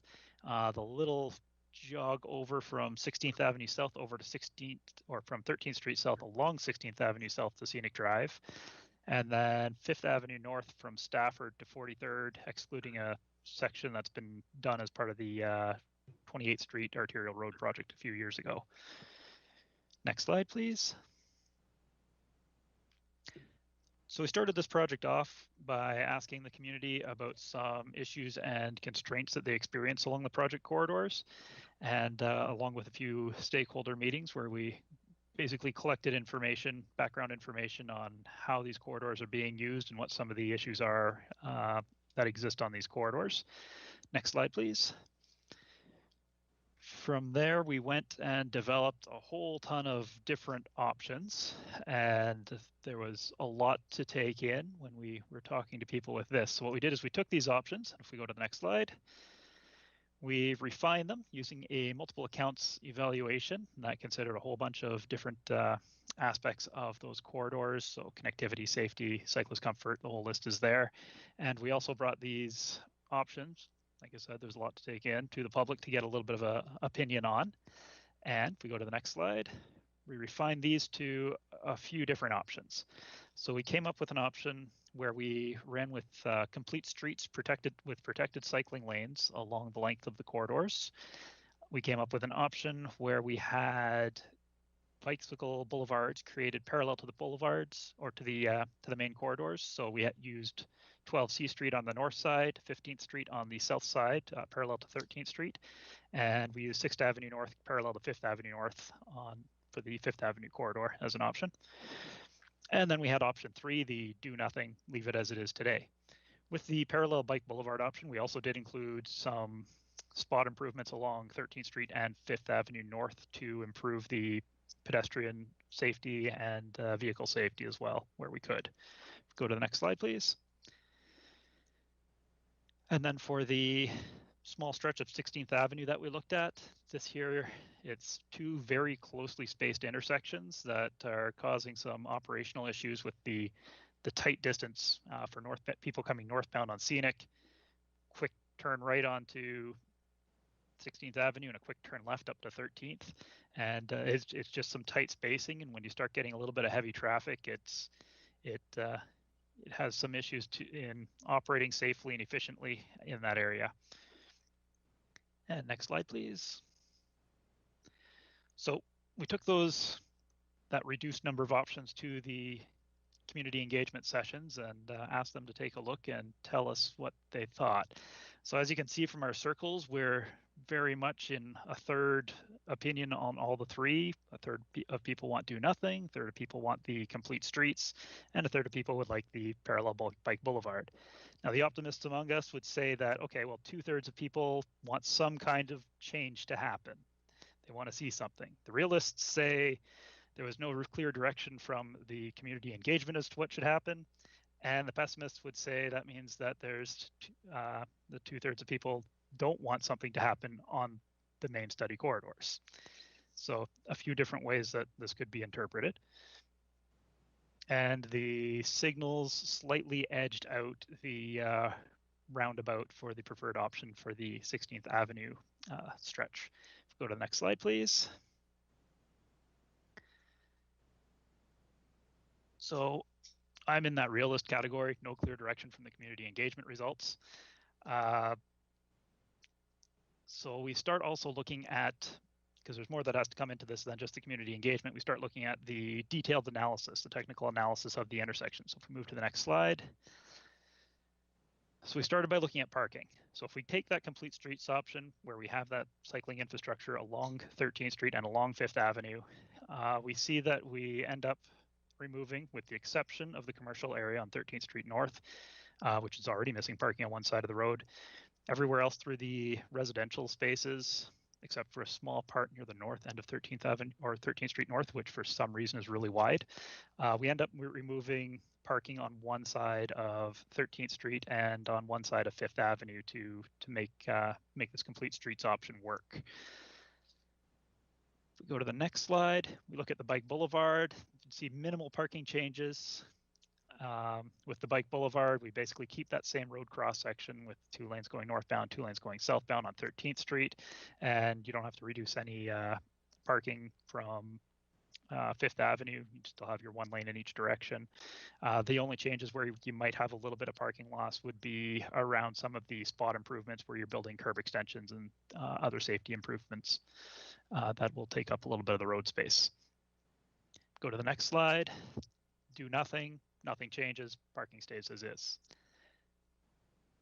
Now, if we go to the next slide, we start looking at the safety components and looking at the complete streets design with the on-street cycling. And like I said, we do keep that parking along one side of the road in all sections, but we lose it on the other side. This here gives us a fair bit of safety improvement for all the different users. We provide a little bit more buffer space in the form of the actual bike lane between vehicles and the sidewalks. So that improves some of our walking safety. We also provide curb extensions at a variety of intersections to make pedestrians more visible when they're getting out to cross the road. For cyclists, we do offer that protected bike corridor, parking protected on one side of the road, and the other side would have some concrete curb and some of the delineator sticks between the bike lane and the active motor vehicle traffic. And then for drivers, there's also some fairly big improvements at a few of the intersections. One of the intersections in particular that I like to highlight on this project is 13th Street at 5th Avenue, the intersection of the two project corridors. This is also the second worst intersection in the city for collisions. With its current layout, we don't have great sight lines in that 4-lane layout for left-turning drivers to see by each other when they're going north and south. Changing this to the complete streets layout where we lose one of those travel lanes through travel lanes in each direction and replace it with a left turn lane down the middle gives us that ability to line up those left turning vehicles so that they can see around each other when you've got the two different opposing left turns. And this improves the sight lines and will should reduce the number of left turn across path collisions, which is a fairly big problem at this intersection. You'd see similar improvements at other intersections where we would also continue that left turn lane down the center, giving access to driveways where they happen and at intersections having that dedicated left turn lane. If we go to the next slide, we see the safety changes for the bike boulevards. We have less improvements along the main corridor for people driving and no real change for people cycling on the main corridor.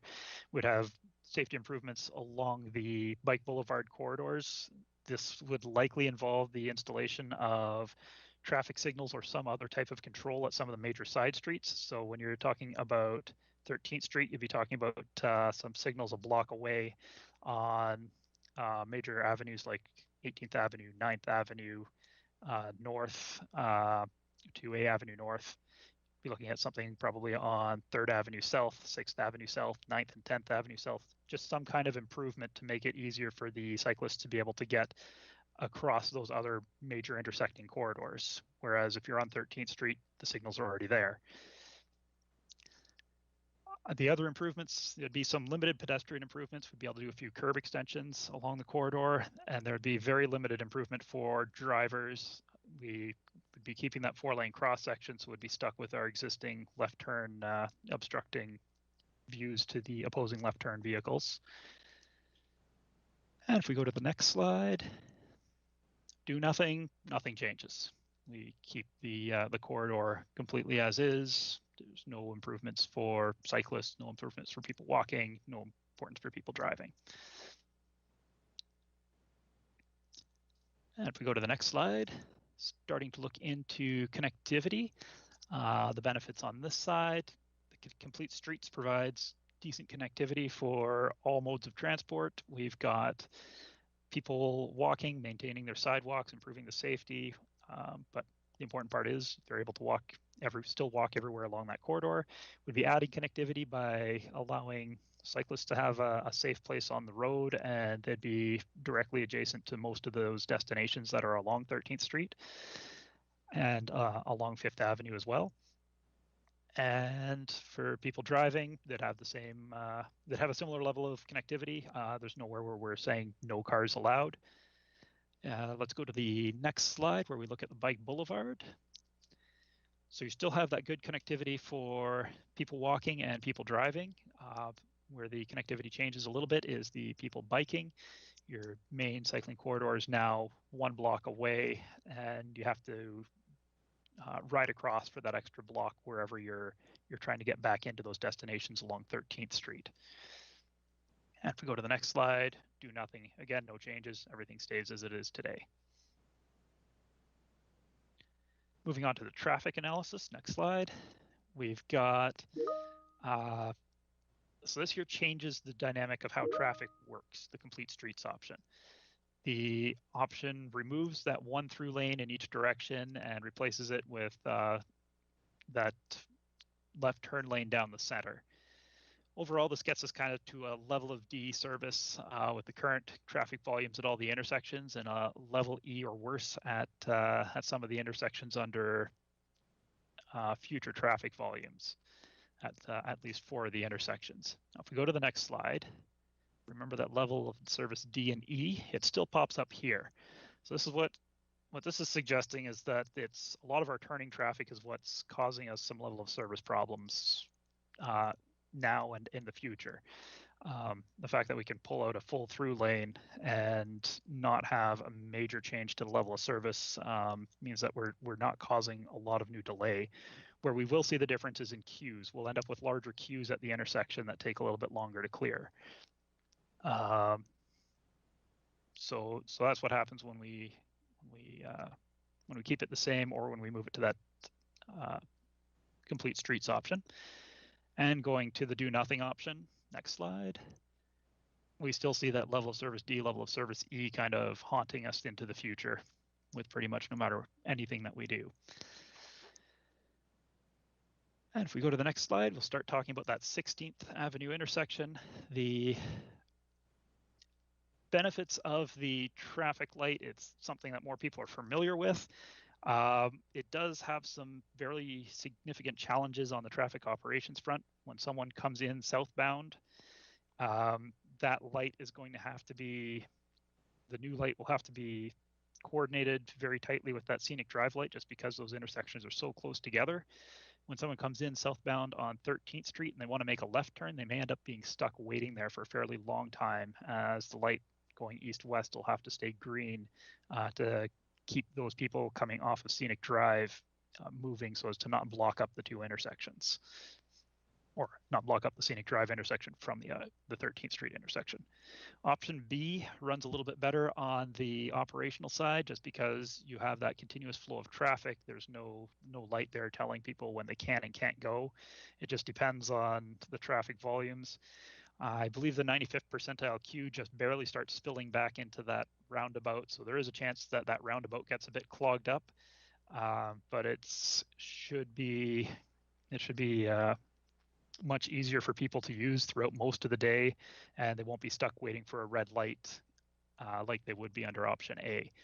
Aside from that, they both have similar safety benefits and similar connectivity. They're able to get people out from that 13th Street intersection and over to the pathways along Scenic Drive. Next slide.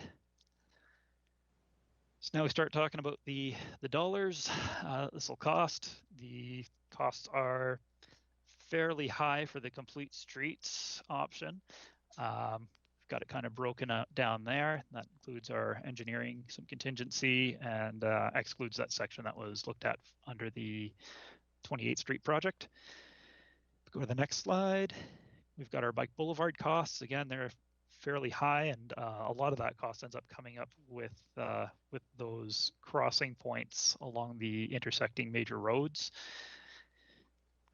And then if we go to the next slide, got a roundabout at 1.19 million. And next slide, the traffic signal at 1.01. So bringing this down into a little bit of a summary will be the recommendation for the project at the moment would be the complete streets and the roundabout. And that would come to about a total of 19 million. And the bike boulevards and the traffic signal, which is the other option, is around 13 million. And if we go to the next slide, again, looking to stress the safety and connectivity benefits of the complete streets part of this. The safety benefits go to all the different users when we're looking at the complete streets option, whereas the bike boulevards, your big advantage is the keeping the parking along 13th Street and along 5th Avenue. But there's not as many benefits on the safety and connectivity side as you can see with the complete streets. And then again, the engagement was kind of a third for the options of as far as preference, and the traffic pretty much ends up with the same level of service and delay issues no matter which option you take. So where our project is going to be going, next slide. And then of course the roundabout and the traffic signal. Recommending the roundabout because of that, the traffic advantages compared to the traffic signal in here, the operational advantages, just to keep people moving and to be not causing excessive delays for anyone making that southbound left, and making sure that we keep traffic moving in this little stretch of roadway while cleaning it up a little bit and improving safety. So if we go to the next slide, what we're looking at doing with this project is probably a pilot project. This seems like the best way forward, running it with a lot of temporary improvements. There's a few pieces that could be permanent, like the underpass. Everything kind of narrows down and underneath Highway 3 and the CP Railway. So that would be something that would get put in and would be a permanent improvement. As far as 13th Street and 5th Avenue, we'd recommend piloting a complete street strategy using a whole bunch of temporary concrete delineators and just putting into place to start with the cycling infrastructure, restriping the road to make those safety improvements to the for vehicle drivers. And then later on, once we'd give this a try, we check to make sure that it works. We'd work with the community to develop measures of success for this, figure out what is considered success for residents and people here in Lethbridge, and along with the businesses located along the corridor. We'd give it a try. Would recommend preferably an 18-month pilot, something that'll give us more than 1 year so we can see what this does in the winter as well as the summer months. Give it 2 summers to run and a winter. And then the fallback option, if this doesn't work, would end up being the bike boulevards. And if we go to the next slide, So, as I mentioned, complete streets for both for both corridors would be the initial recommendation. Have a pilot program at least 18 months, and yeah, the roundabout for 13th Street at 16th Avenue. Next slide, please. And so that's where we're at with this project right now. The next steps going forward are going to be to complete the functional planning study. We want to make sure that we get this to, we'll be back again to present this, the report and the designs to the Civic Works Standing Policy Committee once we've got that functional planning study wrapped up. And then we want to bring the functional planning study to council and ask that it be adopted, and then try to figure out how to get the money for that. Might be some CIP. More than likely, the way to go forward would be to chase some grants on this one here. And that's pretty much all I have for this presentation right now. I look forward to your questions, and I'm hoping to be able to take away a few that I can't answer today and incorporate them into the rest of the project. Thank you very much for the presentation. So just to reiterate, this is sort of a mid-project check-in. So you're looking for questions from council, but also feedback and perhaps some direction as you go back and continue planning. Right. So I'll start first. I'll just check with Mr. Westerson. Did we get any public feedback on this? Are there any questions from the public that you have on your list, Mr. Westerson? No, Madam Chair. Okay. I know Ms. Mearns, you're still with us. I don't know if you have any comments on this plan or in this. No, thank you. All right. So then we will move into council questions. Councillor Parker. Thank you very much, and thank you, Adam, for your presentation. Adam, where is the community consultation and stakeholder in this in regards to the affected businesses? I know we want to serve the people that use the road, but how about the people that live or have business in the surrounding area? Have we had open houses, or how's that been going? Yep. So we've reached out to different groups throughout this project. We've also had this put onto the Get Involved Lethbridge and promoted through social media for feedback. And we did get a fair bit of public feedback on this project. So lots of like that one third project support for all the different options. That was part of what came out of the Get Involved Lethbridge surveys. We've also done some direct stakeholder consultation with the businesses along 13th Street. We had we handed out some postcards for an engagement opportunity back before the pandemic at I'm trying to remember where it is. I want to say the Polish Canadian Club that we did after business hours, and had about, I think, around 20 businesses or people from the business area attend. And yeah, so we've had a couple rounds of engagement in that front. We do try to get these promoted to the neighborhood associations and various stakeholder groups as well that have an interest in this project. Even for today's SBC meeting, we did send out information again online saying that this project was coming here for an update today. So I was expecting more public members to be here. So Adam, I follow up to that, and thank you for explaining that we've extended an opportunity for people to have feedback.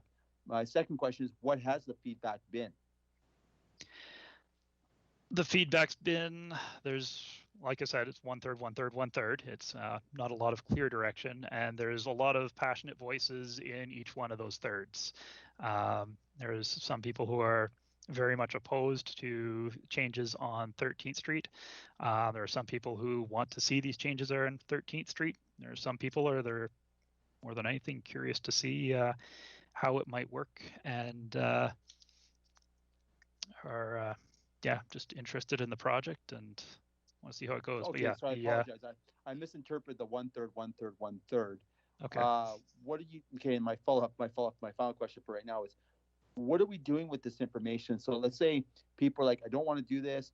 Or is it because they don't understand exactly what the outcome is going to be, or is it lack of information, or is it just they're set in their ways and they don't want to change? It's a combination. We keep trying to get the information to be a little bit better. Some people are opposed to it because they don't want to see money go into it. Some people want it to happen because they do want to see this kind of change and this kind of environment be made along 13th Street and have these cycling connections within the city. It's a pretty wide variety of reasons. And as far as those who are concerned about the technical aspects and wanting to talk about it, we've had those conversations throughout this project, and it changes some people's minds. It doesn't change others. Thank you very much. Councillor Kaufman. Thank you, Madam Chair. Thank you, Adam. This is wonderful as usual, and an awful lot of information again, which is appreciated. Sort of to follow up on Councillor Parker's questions, and I may possibly have missed it in your presentation, but if we were to run, whether you run protected cycling lanes or parallel bike boulevards, it's the infrastructure to access the retail along, in this particular case, it would be 13th Street, obviously. How are you running those considerations with, you know, are we just focused on the lanes and the boulevards, you know, those options of moving people, or are we focused as well? Are you considering as well in terms of how you transition, how you interact between a protected cycle lane or parallel bike boulevard, and then accessing a business? Because ultimately it has to be about the access to the economy, to commerce along there, in order to get, I think, greater buy-in. And as I'm sure you know, the academic literature demonstrates that cycling actually spends more if you make that accessible. So what's being done in there? I apologize if I missed it, but I didn't hear anything related specifically to that, unless I really missed it. Nope, there was nothing in the presentation. So getting that connectivity, it hasn't been a part of the focus on this project, but it is something that's recognized as being an important aspect. So a few things that we've talked about throughout the project, as far as where can we put bikes, because the sidewalks through there are narrow, and that won't change with what we're proposing for the most part. So there's not a lot of room for bike racks. So what we would be looking at, and what's been talked about a little bit, is having some of that, I guess, bike storage, you'd call it, infrastructure, the bike racks and such, where people can get off of that cycling infrastructure and get onto the sidewalks and into those businesses. A lot of that would end up actually being built in some of the safety improvements for pedestrians. So with a lot of the pedestrian safety improvements, we're looking at building curb extensions off into the existing roadway, and that ends up usually with a very large blob of concrete of some type. And we also want to keep parking a little bit away from those blobs of concrete, so we try to make them that little bit bigger to keep the parking away so that we can see the pedestrians when we're driving. Now, these blobs of concrete give us that opportunity to stick a bike rack there and have those parking spaces for bikes to get off the bike lane or get out of that protected bike infrastructure and have a secure place to secure their bikes while they go into one of the businesses. And that's it from that's kind of some of the thought that's been put into it from the infrastructure side.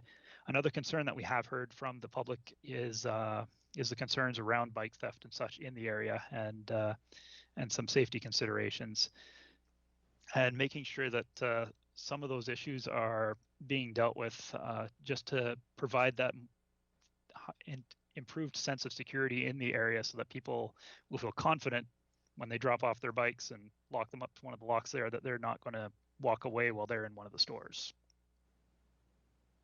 Okay. Low-tech solutions have been considered as well.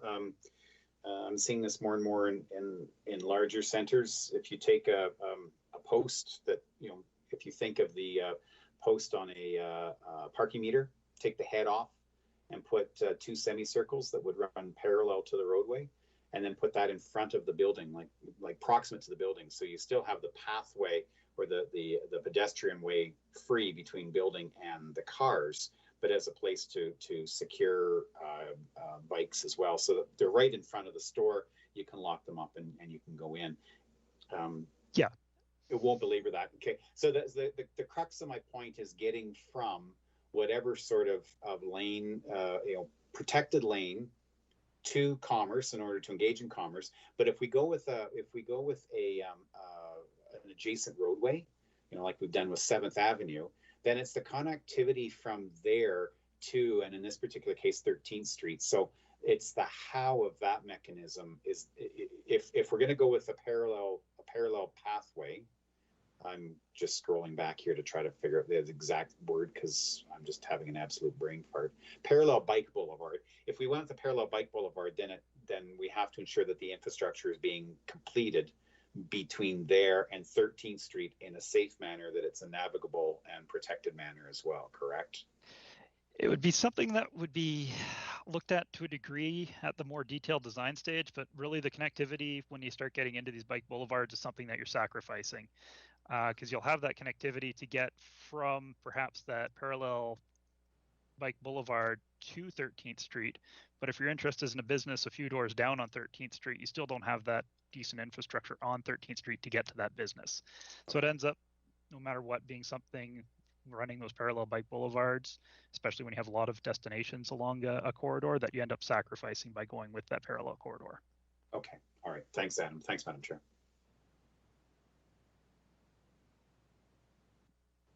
Thank you. So I want to go back to the beginning of this project, because I kind of remember when this project got off, but I don't understand or have never read the motivation for this. Did this project come from, community group saying you really need to look at these two roads? Did it come from staff? Where was the original idea for this? And what was the idea that originally was wanted to be solved?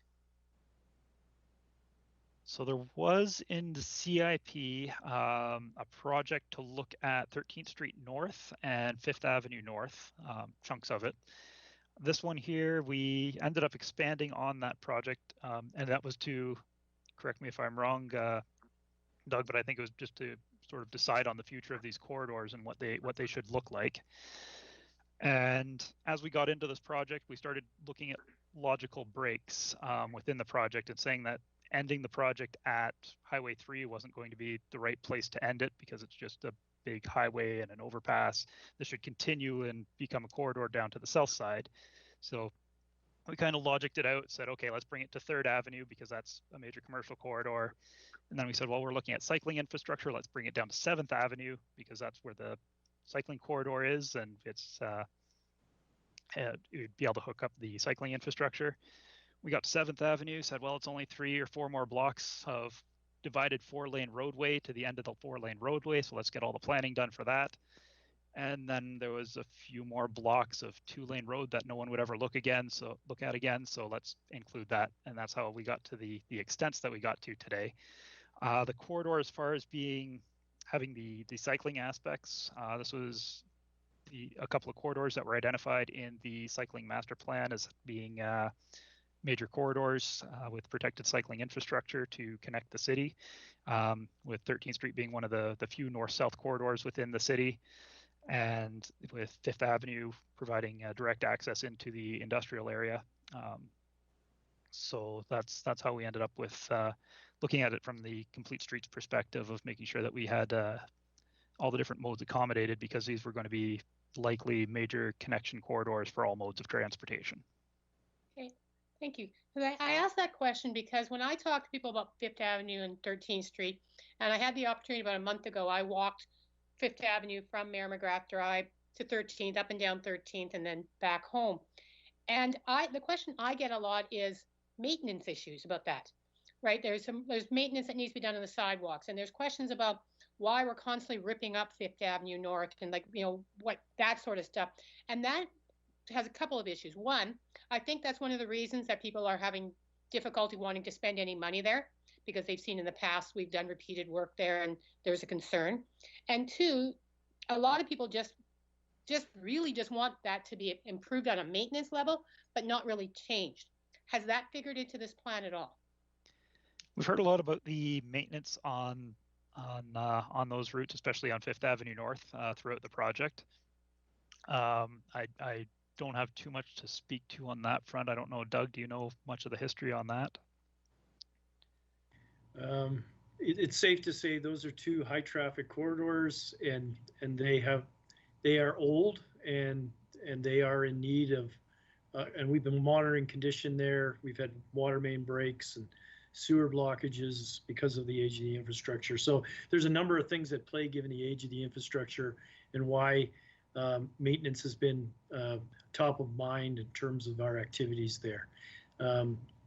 Having said that, this exercise is about recognizing the age of the infrastructure and the age of the corridor, recognizing multimodal or considerations, complete street considerations, and really taking a comprehensive look at this. In the absence of any major improvement, if council chooses not to invest in any of these recommended improvements or suggestions, we will obviously be obligated to do more and be more comprehensive in terms of our maintenance strategies, both in terms of underground infrastructure and the surface itself, just to maintain the functionality that you have there today. Yeah, we are looking at one of the oldest neighborhoods. And I mean, council and everyone dropped the ball when they were working on the 13th Street intersection there, that we didn't provide better signage to some of the businesses, right? Because you couldn't get off Highway 3 onto 13th Street North for a considerable amount of time when they were working on the that area there. So in all of this, how I know you're looking at streets, but I'm thinking more holistically, bigger. Are we looking at better directional signage? Are we looking at that sort of stuff that will support the businesses along there? Because as much as we would like to believe they're going to develop a BRZ similar to downtown, they don't have that. So it may fall in the city. So is that part of this plan at all, is to think of ways that they're going to be making changes here? Are there other ways we can enhance things in that stretch that will tie in? Or is it outside your scope and we just need to bring it into another idea? We're looking at it kind of more from the roadway environment perspective. So we didn't have very much planning as far as trying to of how to revitalize the businesses and the adjacent land uses along the corridor. We're looking more at how to revitalize and plan the infrastructure for the future, that in a way that'll support businesses and land uses along the corridor. But we didn't go into that much detail, no. I know, but it's all under Doug's area, right? The area redevelopment plans are being done around that area. You're looking at this. Is there a way to connect all those so we give the biggest bang for the buck to that communities to support the businesses, the residential, look at redevelopment of the roads? Can we look at this comprehensively and just support that area as much as we can within a budget that can be determined at some point? The short answer is absolutely. Okay, thank you. Yeah, I just think Doug's standard response is you can do anything for money. So thanks, Doug. I'm just talking about connecting all of his teams into one better plan right now, right? Because everybody's working on pieces of this. I'd like to see it all brought together. MDP. Yeah, but just, thinking of like, again, we all have our silos. How can those silos work together so that this area gets the best benefit they can from all these plans you worked on? Councillor Kaufman, you had your hand up and then you put it down when you made that comment. Was that delivered, or do you have more questions? No, that was actually up from the previous line of questions. Thank you. I don't see any other hands up. Are there any other questions, comments? Because what they're looking for right now are ideas we have to help improve this as they go back and have a greater look at this before they bring back final. I'm assuming that as we look at this in detail, if we email you ideas that come to us in the middle of the night going, I know what we could do to improve this, you'll take our midnight emails? Not read them at midnight. I'm happy to take those midnight emails, and I've also made note of the connecting all these different kind of plans and ideas together as something to look into. So, but yeah, please send me those midnight emails. I'll read them in the morning. Yes, please do. We don't want to pay overtime for you to read our email. Councillor Kaufman, your hand's back up. Councillor Mashiro or Deputy Mayor's hand was up before mine. That's all right. Go ahead. Thanks. Just on the issue of communicating with the public, the one challenge that people, we see these things, we see how the plans are to roll out, we can see the larger vision, we can see the ultimate goal and objective. This kind of goes back to an issue Councillor Morrow's been on for 25, 30 years now about signage. Is there an opportunity with a project like this, and as Councillor Croson identified, they don't have a BRZ there. Is there an opportunity to put up a big board somewhere and show what the entirety of the project is intended to be, because people do only see it in a section. And it makes no sense in a section, especially if it's something we have to accomplish over a number of years or through a number of budgets.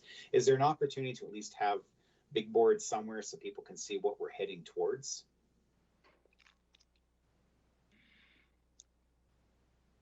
I'm trying to gain an understanding on exactly what you mean by a big board so that people can see it.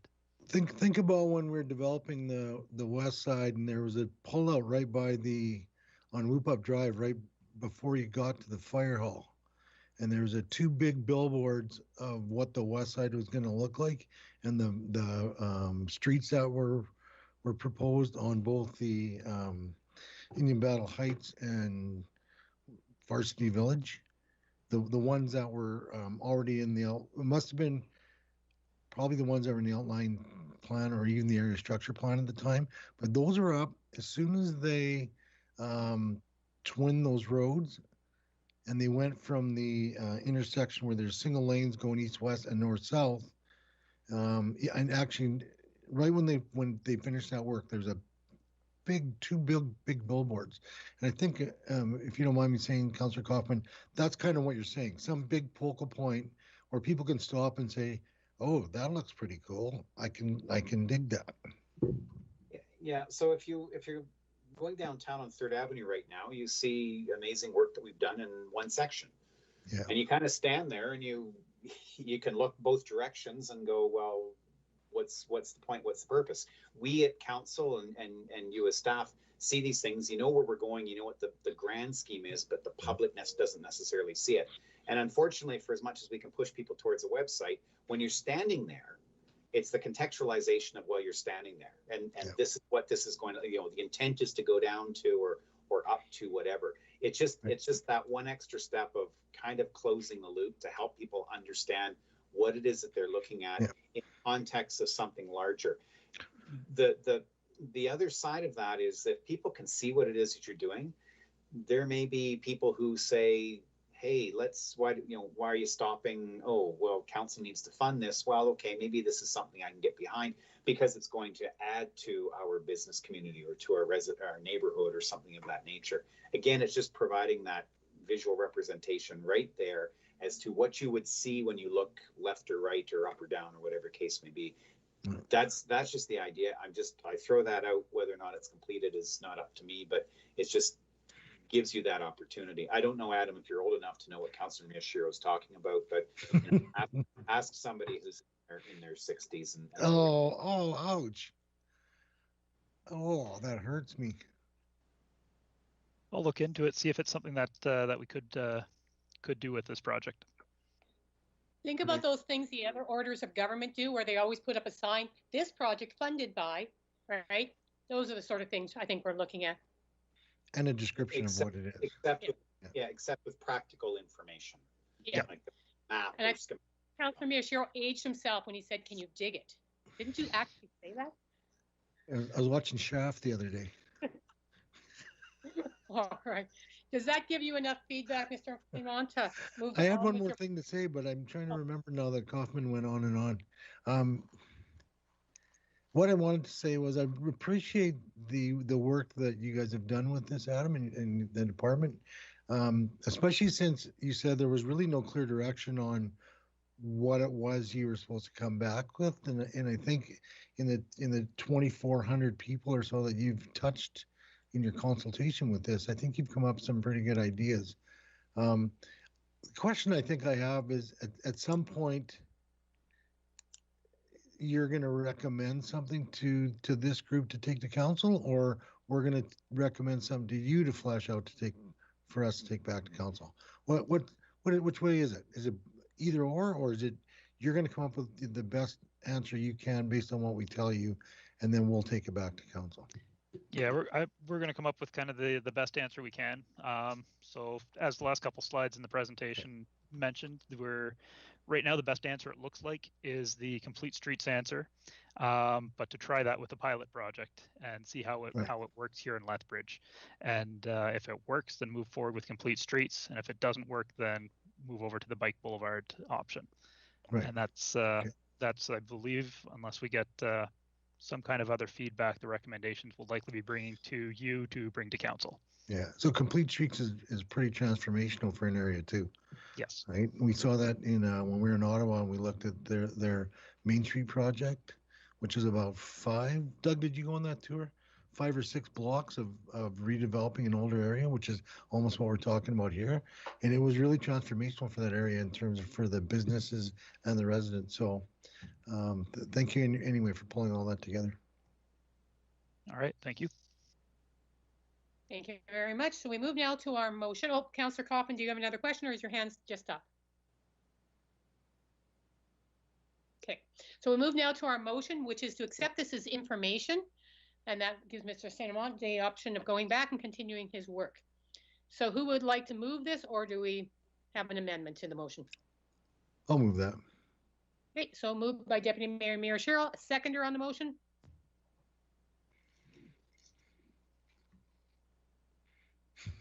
Nobody. Yes, Kaufman. Councillor Kaufman, all right. All in favor? Any opposed? Perfect, so that is carried. We have accepted information. I'm always glad when we do that because then people know we've been informed. Moving on to your second presentation, the Transportation Master Plan Community Engagement and Communication Strategy. So I have to take a short break, just a short one. I'll be right back, just so you know. Oh, does anyone else need, we have been going straight through for 2 hours. Does anybody else need like a 5-minute break? Okay. We will take a quick 5-minute break, and please, can we make it just a 5-minute break? Because I have an appointment at 4:30. But Councillor Parker could take over the chair if we need to. All right, I'll see you all at 3:45. 4 o'clock, we're back. 3:45. That's my teacher voice. Yes, ma'am.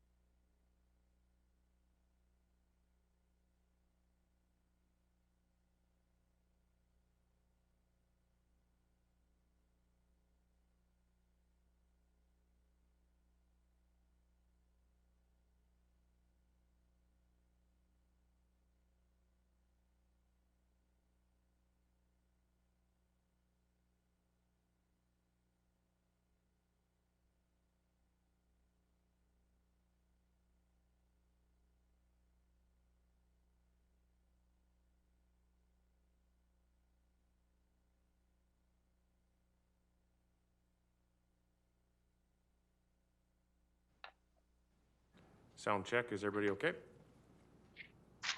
Yes, thank you. Thank you. Good here. You might want to just do a quick roll call. They actually have one more minute, but we might want to do a quick roll call to make sure we're all back. Would you like me to do that, Madam Chair? If you wouldn't mind. Excellent. Councillor Kaufman. Councillor Miyashiro. Sorry, Deputy Mayor Miyashiro.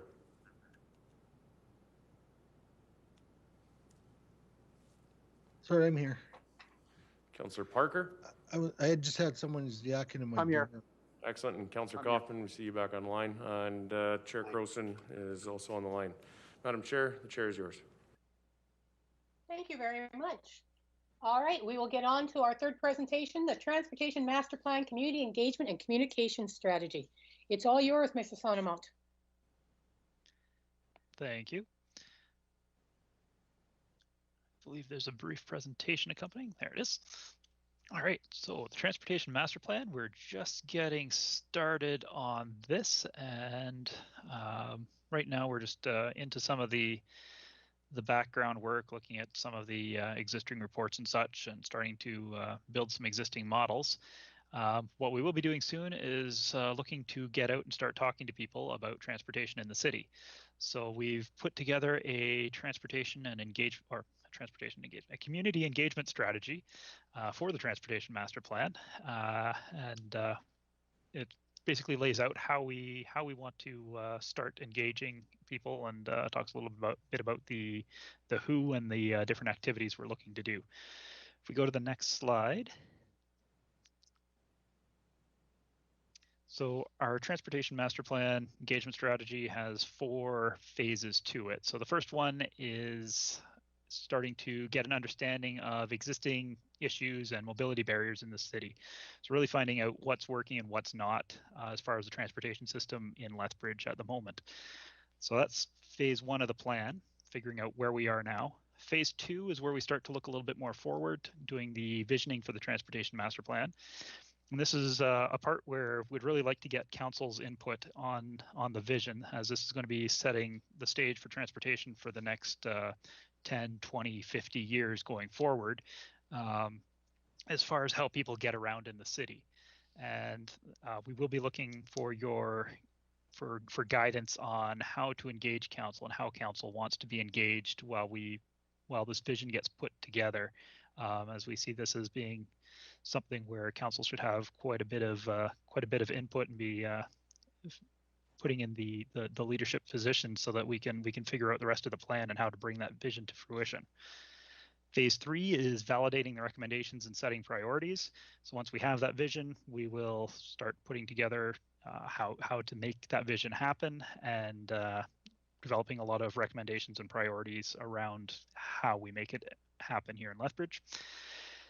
And then finally, phase 4, finalizing CMP and final presentation to council. So basically wrapping it up, making it look good, and making sure that we have a document that we can both share with the public so they can understand where we're going, and work with internally, so that engineers and planners and everyone else will have something that they can really grab for direction and take as the leading document for the future transportation.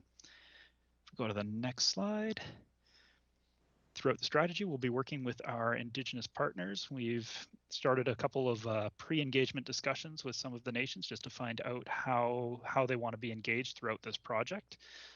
So those are, I believe, mostly completed at this time. I think we still have one more pre-engagement session to go. And so that's just finding out how the nations want to be engaged. Next slide. We want to make sure that our engagement opportunities are accessible to people of all ages and abilities throughout the engagement process. So want to make sure that this is something that everyone in the city can participate in, and make sure that we're hearing the input from everybody. If we go to the next slide.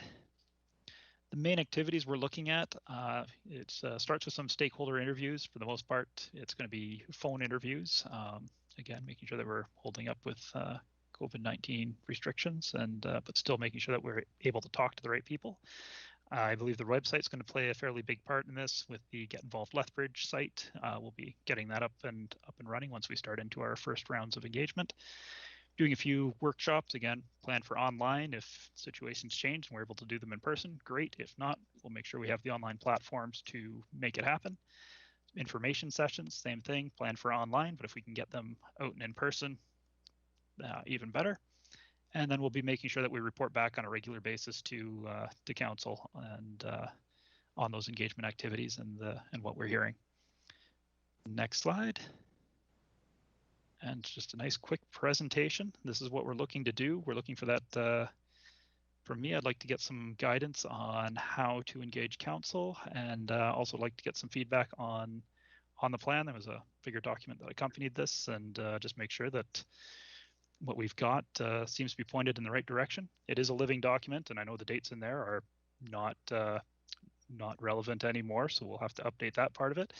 But the more information we can get and direction that we can get, the better. Thank you very much for the presentation. And just as a reminder for the committee, but also any members of the public who are watching, the Transportation Master Plan is required for us to access government grants and programs. So there's certainly, and it's also a requirement under the MGA, I believe. And its influence can be generations long, right? When we're still dealing with transportation designed from 40, 50, 70 years ago. So this is a huge plan, and the better engagement we can have with council, with the community, with all people who would like to be involved, the better this is going to be. So this is about how to get the community involved, how to communicate things out. Now, I don't see any of our members of the communications team on board, but I assume you guys are actively working with them on this as well? Mr. Cool is here in the room. Sorry, Chairperson. Okay. Welcome, Mr. Cool. That answered my question right away, because of course we need your team on board for any communication strategy.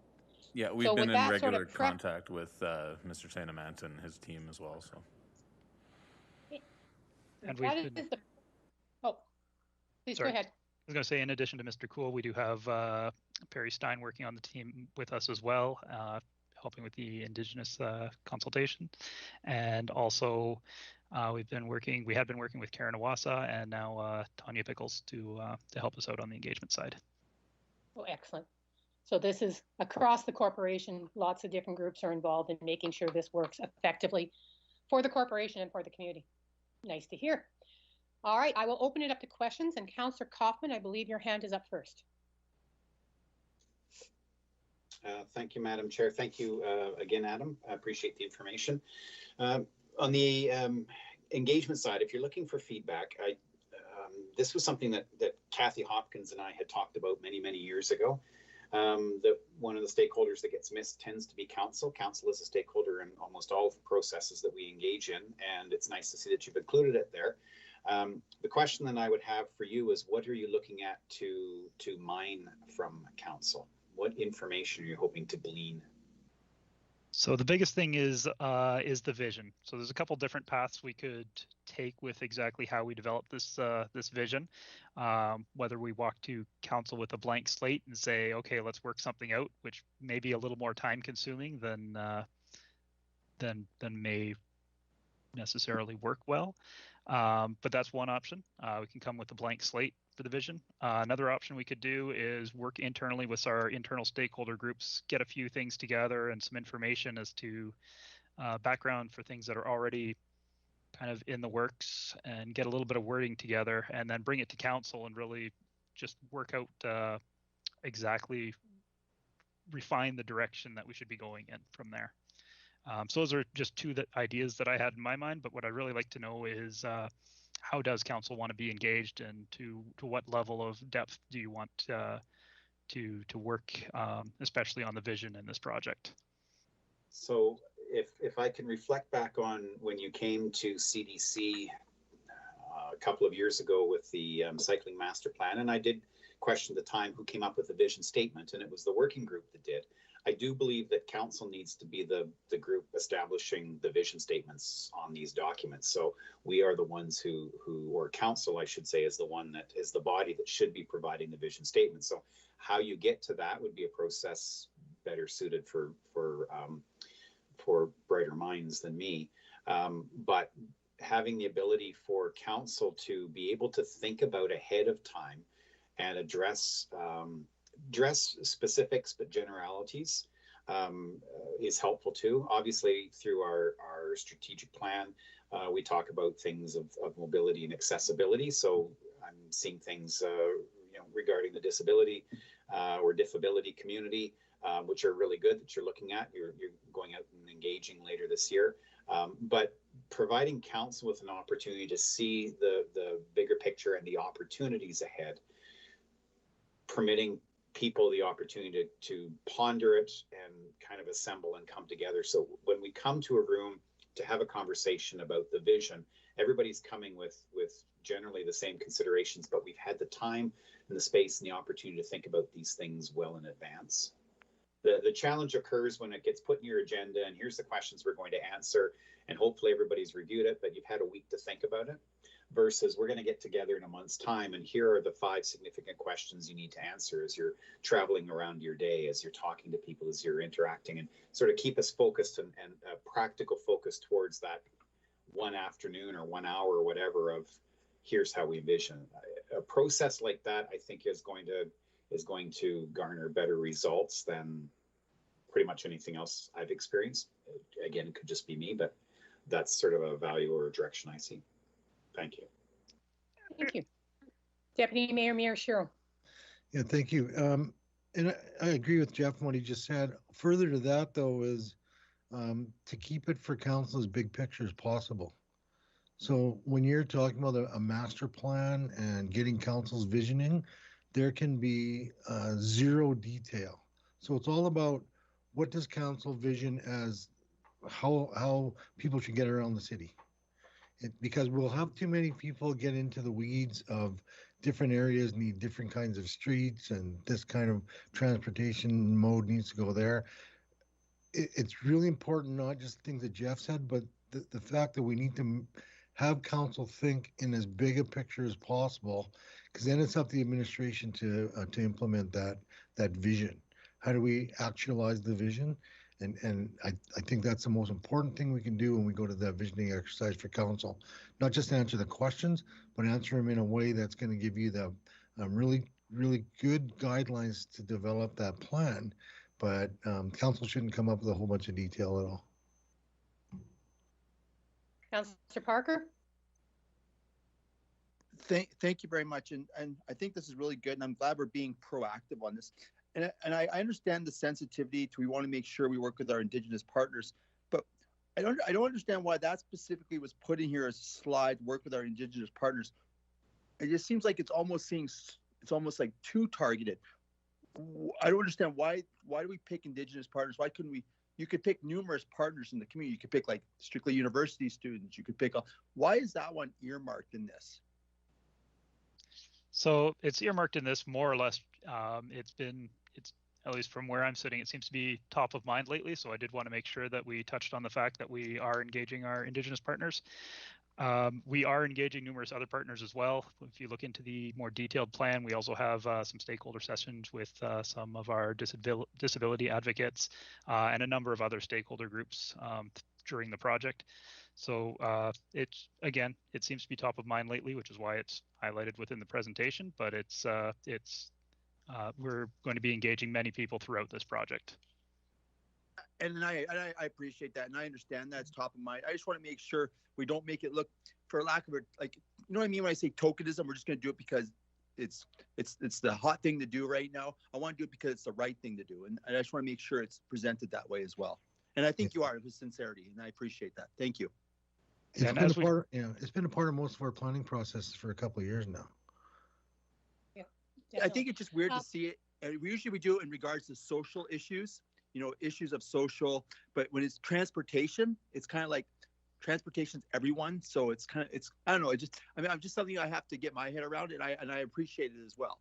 So it's more of a roads and pathways and parks, and so it's unique when you pick a certain demographic in the community on a cultural aspect and historical. So it's just something that's new, and I had to ask the question.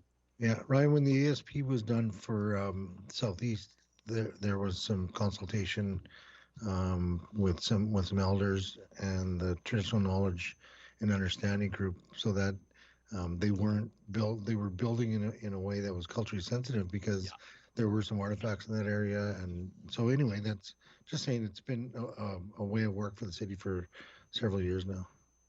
Thank you, Rob. Appreciate that. One of the questions I have, tying back to actually Mr. Ali's presentation earlier, there is a Senator Buchanan pilot program about safe routes. Well, if we're already working with them on safe routes, can we work with them on community engagement and get a youth perspective? Could we use that group that exists to see, because they're going to be living with any transportation master plan longer than any of us. And have we reached out to the Youth Advisory Council? So we already have a council that is, a committee of council that is there with youth members.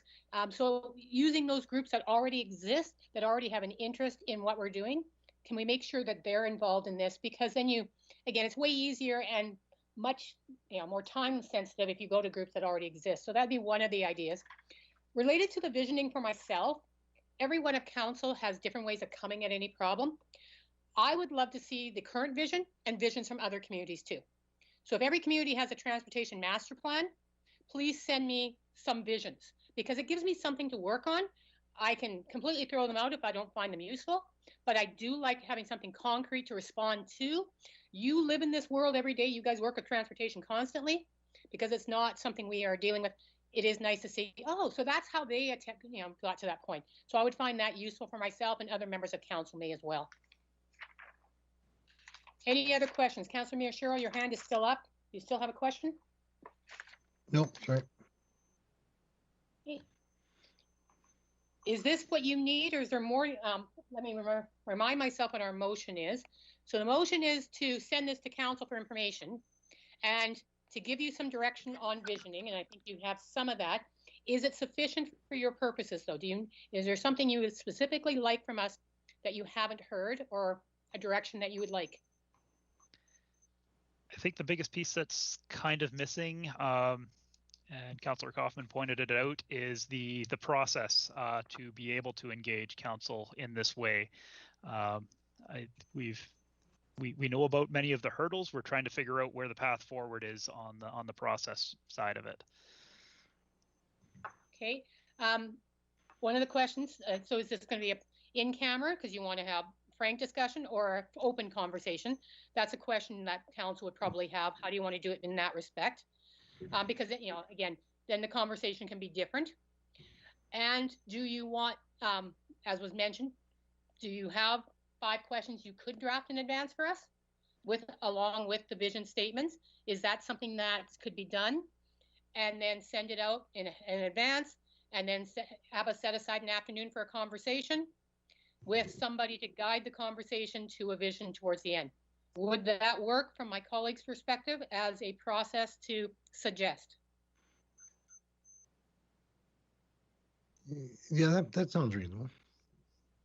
Yeah. Sorry, go ahead. Yeah, and you think of some of the other planning processes that we've been engaged with as a council. If there's a, like I said, a broad guideline about what we're trying to achieve, and it's a facilitated discussion, you can do it online, or obviously you can do it online, and it'll work just as well. And I think we can still get to that end goal that Adam's asking for. Okay. We can set extra civic works meetings. So this subcommittee, our standing policy committee, could have extra. So you could do it as part of this on a Thursday afternoon, and we could invite the rest of our colleagues. Or it could be the next one. Do you have a deadline for this? If we take it back to them, because we're looking at having it ready for the 23rd, any recommendations we have bringing, could we then set it for the next meeting of this at the 4th and invite them to that Thursday afternoon? Then you have a date picked already. So we don't have a date picked already. No, and now this comes. A date for you. I'm suggesting we invite them to our Civic Works, because then you've got 4 of us who already have it scheduled. You're only trying to schedule 5 other people. Scheduling all of council can be a nightmare, is what I'm telling you. Yep, I definitely understand. I think that's something that we can make work. I do have one question that kind of pops out of that. And I think this also goes back to some of the having no details piece, and trying to find the balance of where and when council wants to set this vision. We had kind of worked on the philosophy of we get the that background kind of issues and mobility barrier identification information prepared and together from community engagement and have that to help inform the vision. Would it be better to have that ahead of that, in which case we've got to do that little bit of community engagement first before we get into the visioning? Or would you want to go ahead with that, the visioning ahead of that? So I would think, so think of it this way, if you have the vision from council on how you want to approach the transportation master plan, and you bring that to the community and say, this is the overarching vision, how do you want to implement, how do you want to create a plan around that vision? That might be easier for the community to grasp than to get a whole bunch of information from the community, come back to council and say, well, that's what the community said, now create a vision out of that. I think that's a bit backwards. And I think you need to do some visioning first and then develop the plan around the vision. So, because the plan has to feed into the vision, right? Otherwise, no point. You can't do the vision afterwards. Yeah, we assume it would link in with whatever vision we come up with, but there's no guarantee. I think the vision has to come first. It has to. Well, any other planning process I've been in, we vision first. Then all you have to come up with by the date that Belinda just gave you is here's the broad. This is what we're trying to achieve, and then create that workshop type facilitation about how to pull that out of council to come up with a vision statement or a vision of where they want to see transportation go, or it could even be a couple of different statements about transportation. We can include that in our recommendation for sure. the March 4th meeting. Of course, council can choose a different date, but we could take that as part of the recommendation from this meeting to try to move that along at a good pace to help your work. So I agree with 99% of what the deputy mayor said. I don't agree with his use of the word bring when it should have been take to the community. Otherwise, everything else he said was correct. But I'm wondering then time-wise, do we have enough time? Because to create a vision requires thought, and moving to the SPC process is part of that. Do we have time to make the recommendation to council? It's not on Tuesday's agenda. It'll be in 2 weeks. Doug, do you kind of know where I'm heading? Yeah. I know. Yeah.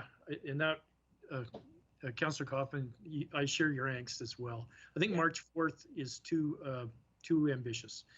I just want to ask Adam a question, if you will, Madam Chair, because I like the idea. Let's use this pre-scheduled date and invite your colleagues. So April 1st. So April 1st would be, in my mind, April 1st is probably a better target. It'll give you and your colleagues more time to work with some of the material that we can provide in advance, and some of the questions we would ask you to consider and mull over, as you've described, Jeff, prior to the actual facilitated session. So I think but my question to Adam is if we wait till April 1st for a visioning session, does that significantly impact our current schedule with other CMP?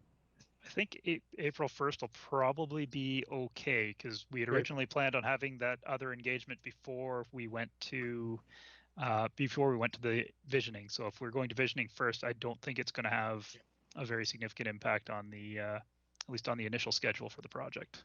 Okay.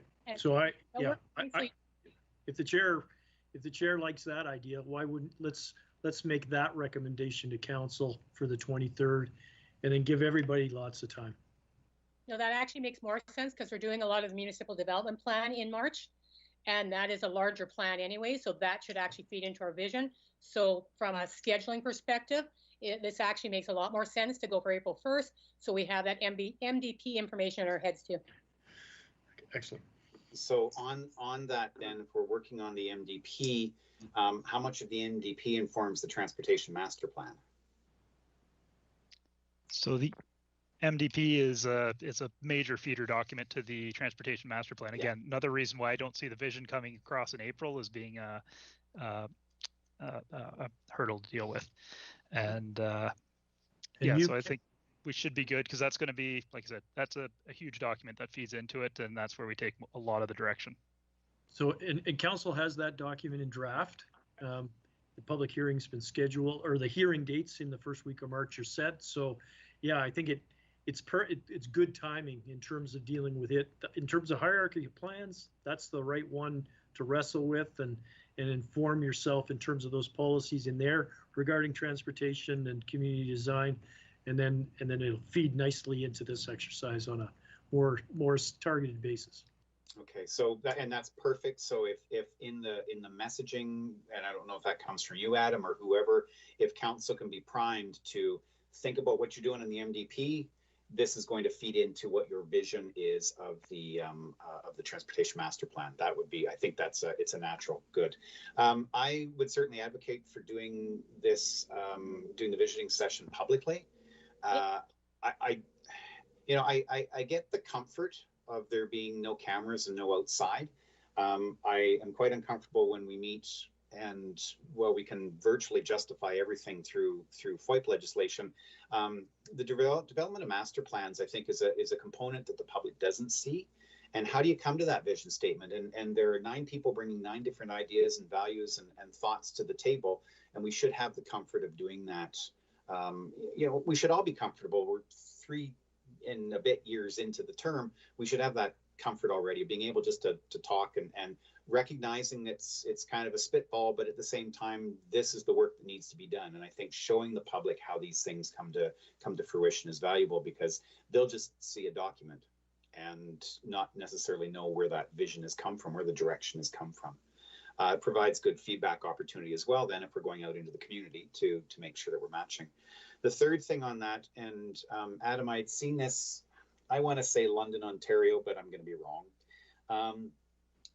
When accessing transit and trying to get feedback, I know it's labor intensive, and I'm thinking we might have done this once before. I know you did this, Adam, when it was coming to the cycling master plan, but actually popping a person or two on the occasional bus route, especially where you might find students. This may be a post-COVID activity, unfortunately, but actually putting city staff where the people are, because you'll generally get the regular transit users and you get the valuable on the ground feedback from them. I would actually like to, and hopefully that this is occurring, but I'd like to make sure as well that our transit drivers are involved in the feedback on this too, because these are folks that are not just navigating the streets for their own pleasure use. They're doing it professionally, and they may be seeing some things that, well, if we thought about things this direction, again, it's a different avenue of feedback.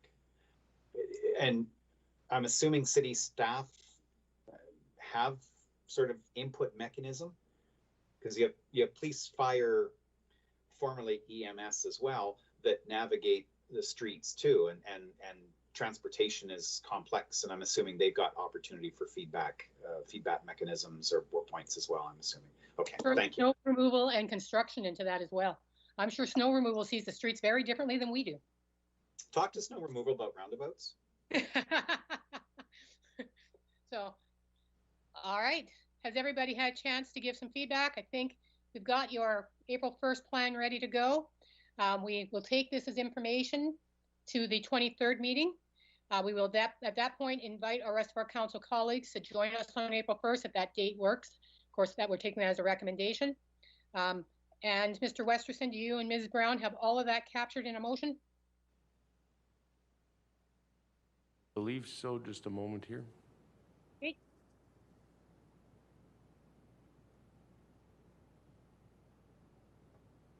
While they're typing that up, can I just say we're the first of the SPCs to have a meeting at this level with, actually getting into real work. Thank you, Mr. Hawkins, to your entire team. This has been an amazing conversation, and the plans that have come before have led to some great discussion. So thank you all.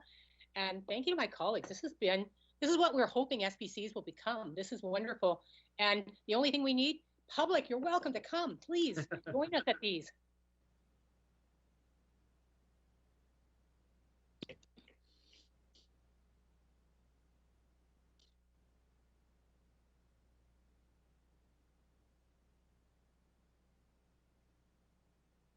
and just then while we're waiting as well to the Deputy Mayor and to Councillor Parker, Governance Committee passed a motion at our meeting last week asking for feedback from members of council. I will send out an email a little closer to completion of everybody's SPC. But if you have thoughts about process, how it worked, things that could be improved, things that we could change, now's the time to please start thinking about that, and we can get that. Are you going to be sending out a survey, Jeff? Are you going to be sending something? This is the lazy way, Ryan, of saying, "Can you do it?" But yeah, I'll. No, I was just wondering if you are sending something, or you're just waiting, or you just want to send an email of what we think. No, I'm gonna send an email between next week and the week following, so I catch the next two SPCs as well. I'm just priming the two of you to. I'll send out an email just asking for feedback, the good, the bad, the ugly, and it will probably be. I'd like to set it up as an ongoing email, at least for the next 6 to 8 months, because the dynamics of these are going to change and the way that we run them might actually change. So it would be nice to get sort of a constant feedback from members of council for governance. Perfect. And just to add on to our SPCs, we have a big one next Thursday in regards to the mask one, and I'm the chairman of that committee. So I invite all of you guys to watch it, be part of it. You know, just like Jeff Carlson's making a point of coming to these ones when he can. So you're all invited, even though you're not on the committee, to be there as well. Okay, thank you. All right. That's public safety. Community safety. That's correct. That's correct. Yeah. Okay, thank you. All right, Mr. Westerson, if you want to put that up online for us. Should be up there right now. Forward it as communication strategy to the February 23rd meeting, and further be resolved that we refer this back to transportation, but to sorry. Administration. They're not creating a vision statement. No. We gave them some action items, but we will take a plan for a visioning session to our colleagues. Okay, so we will delete that part there. Further resolve, Civic Works Standing Policy Committee to refer this to the April 1st, 2021 meeting of the same committee. Yes, but with inviting our colleagues. With that change, are we good with the motion, my colleagues? Yes. Yeah. Thank you. Yeah. As long as we've not lost what needs to be done. Yeah. In terms of the visioning side, do you want some instruction, Doug? Yeah, if you could be explicit that we're going to invite our council colleagues to a visioning session. A session on April 1st. Right. Yeah, that would be better for us. That we're specifically dealing with the vision. Yeah. So Ryan, if you could get that retyped, can I get a mover on that? Sorry, I have to be somewhere in 10 minutes. That's why I'm moving this along. Sorry, yeah, I'll move it. And just while he's typing that up, Doug, do you need instruction then Adam, do you know what it is that you're doing between now and middle of March in terms of information and what you're getting out to council? Do you need instruction on that, or are you clear on that? So what I've got down in my notes, and I'll hopefully be able to watch the recorded presentation in case I missed anything, is to set up a few questions to be thinking of in advance of the visioning session, and to also bring in some examples from other municipalities. Those are the two items that I'd written down. Okay. And I'm assuming we'll have find somebody to facilitate the April 1st. We'll leave that with admin's hands. Yes. Yep. We'll look out for that. All right. With the changes, Councillor Kaufman said he'd move. Seconder? I'll second. Brian will second.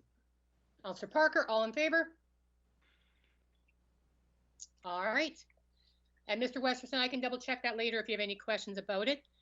Can I now get a motion to adjourn till the 4th of March? Aye. Okay. Councillor Mayor Shiro moves. All in favor? All right. Thank you all. Thank you, Mr. Thank you. Thanks, Doug. Thank you, everyone. Thanks, Adam. Thanks, Doug. Thanks, folks. Thanks, Thanks, Adam. Nick. Thank you. Thanks, John Good Boy. staff. Thank you. Thank you.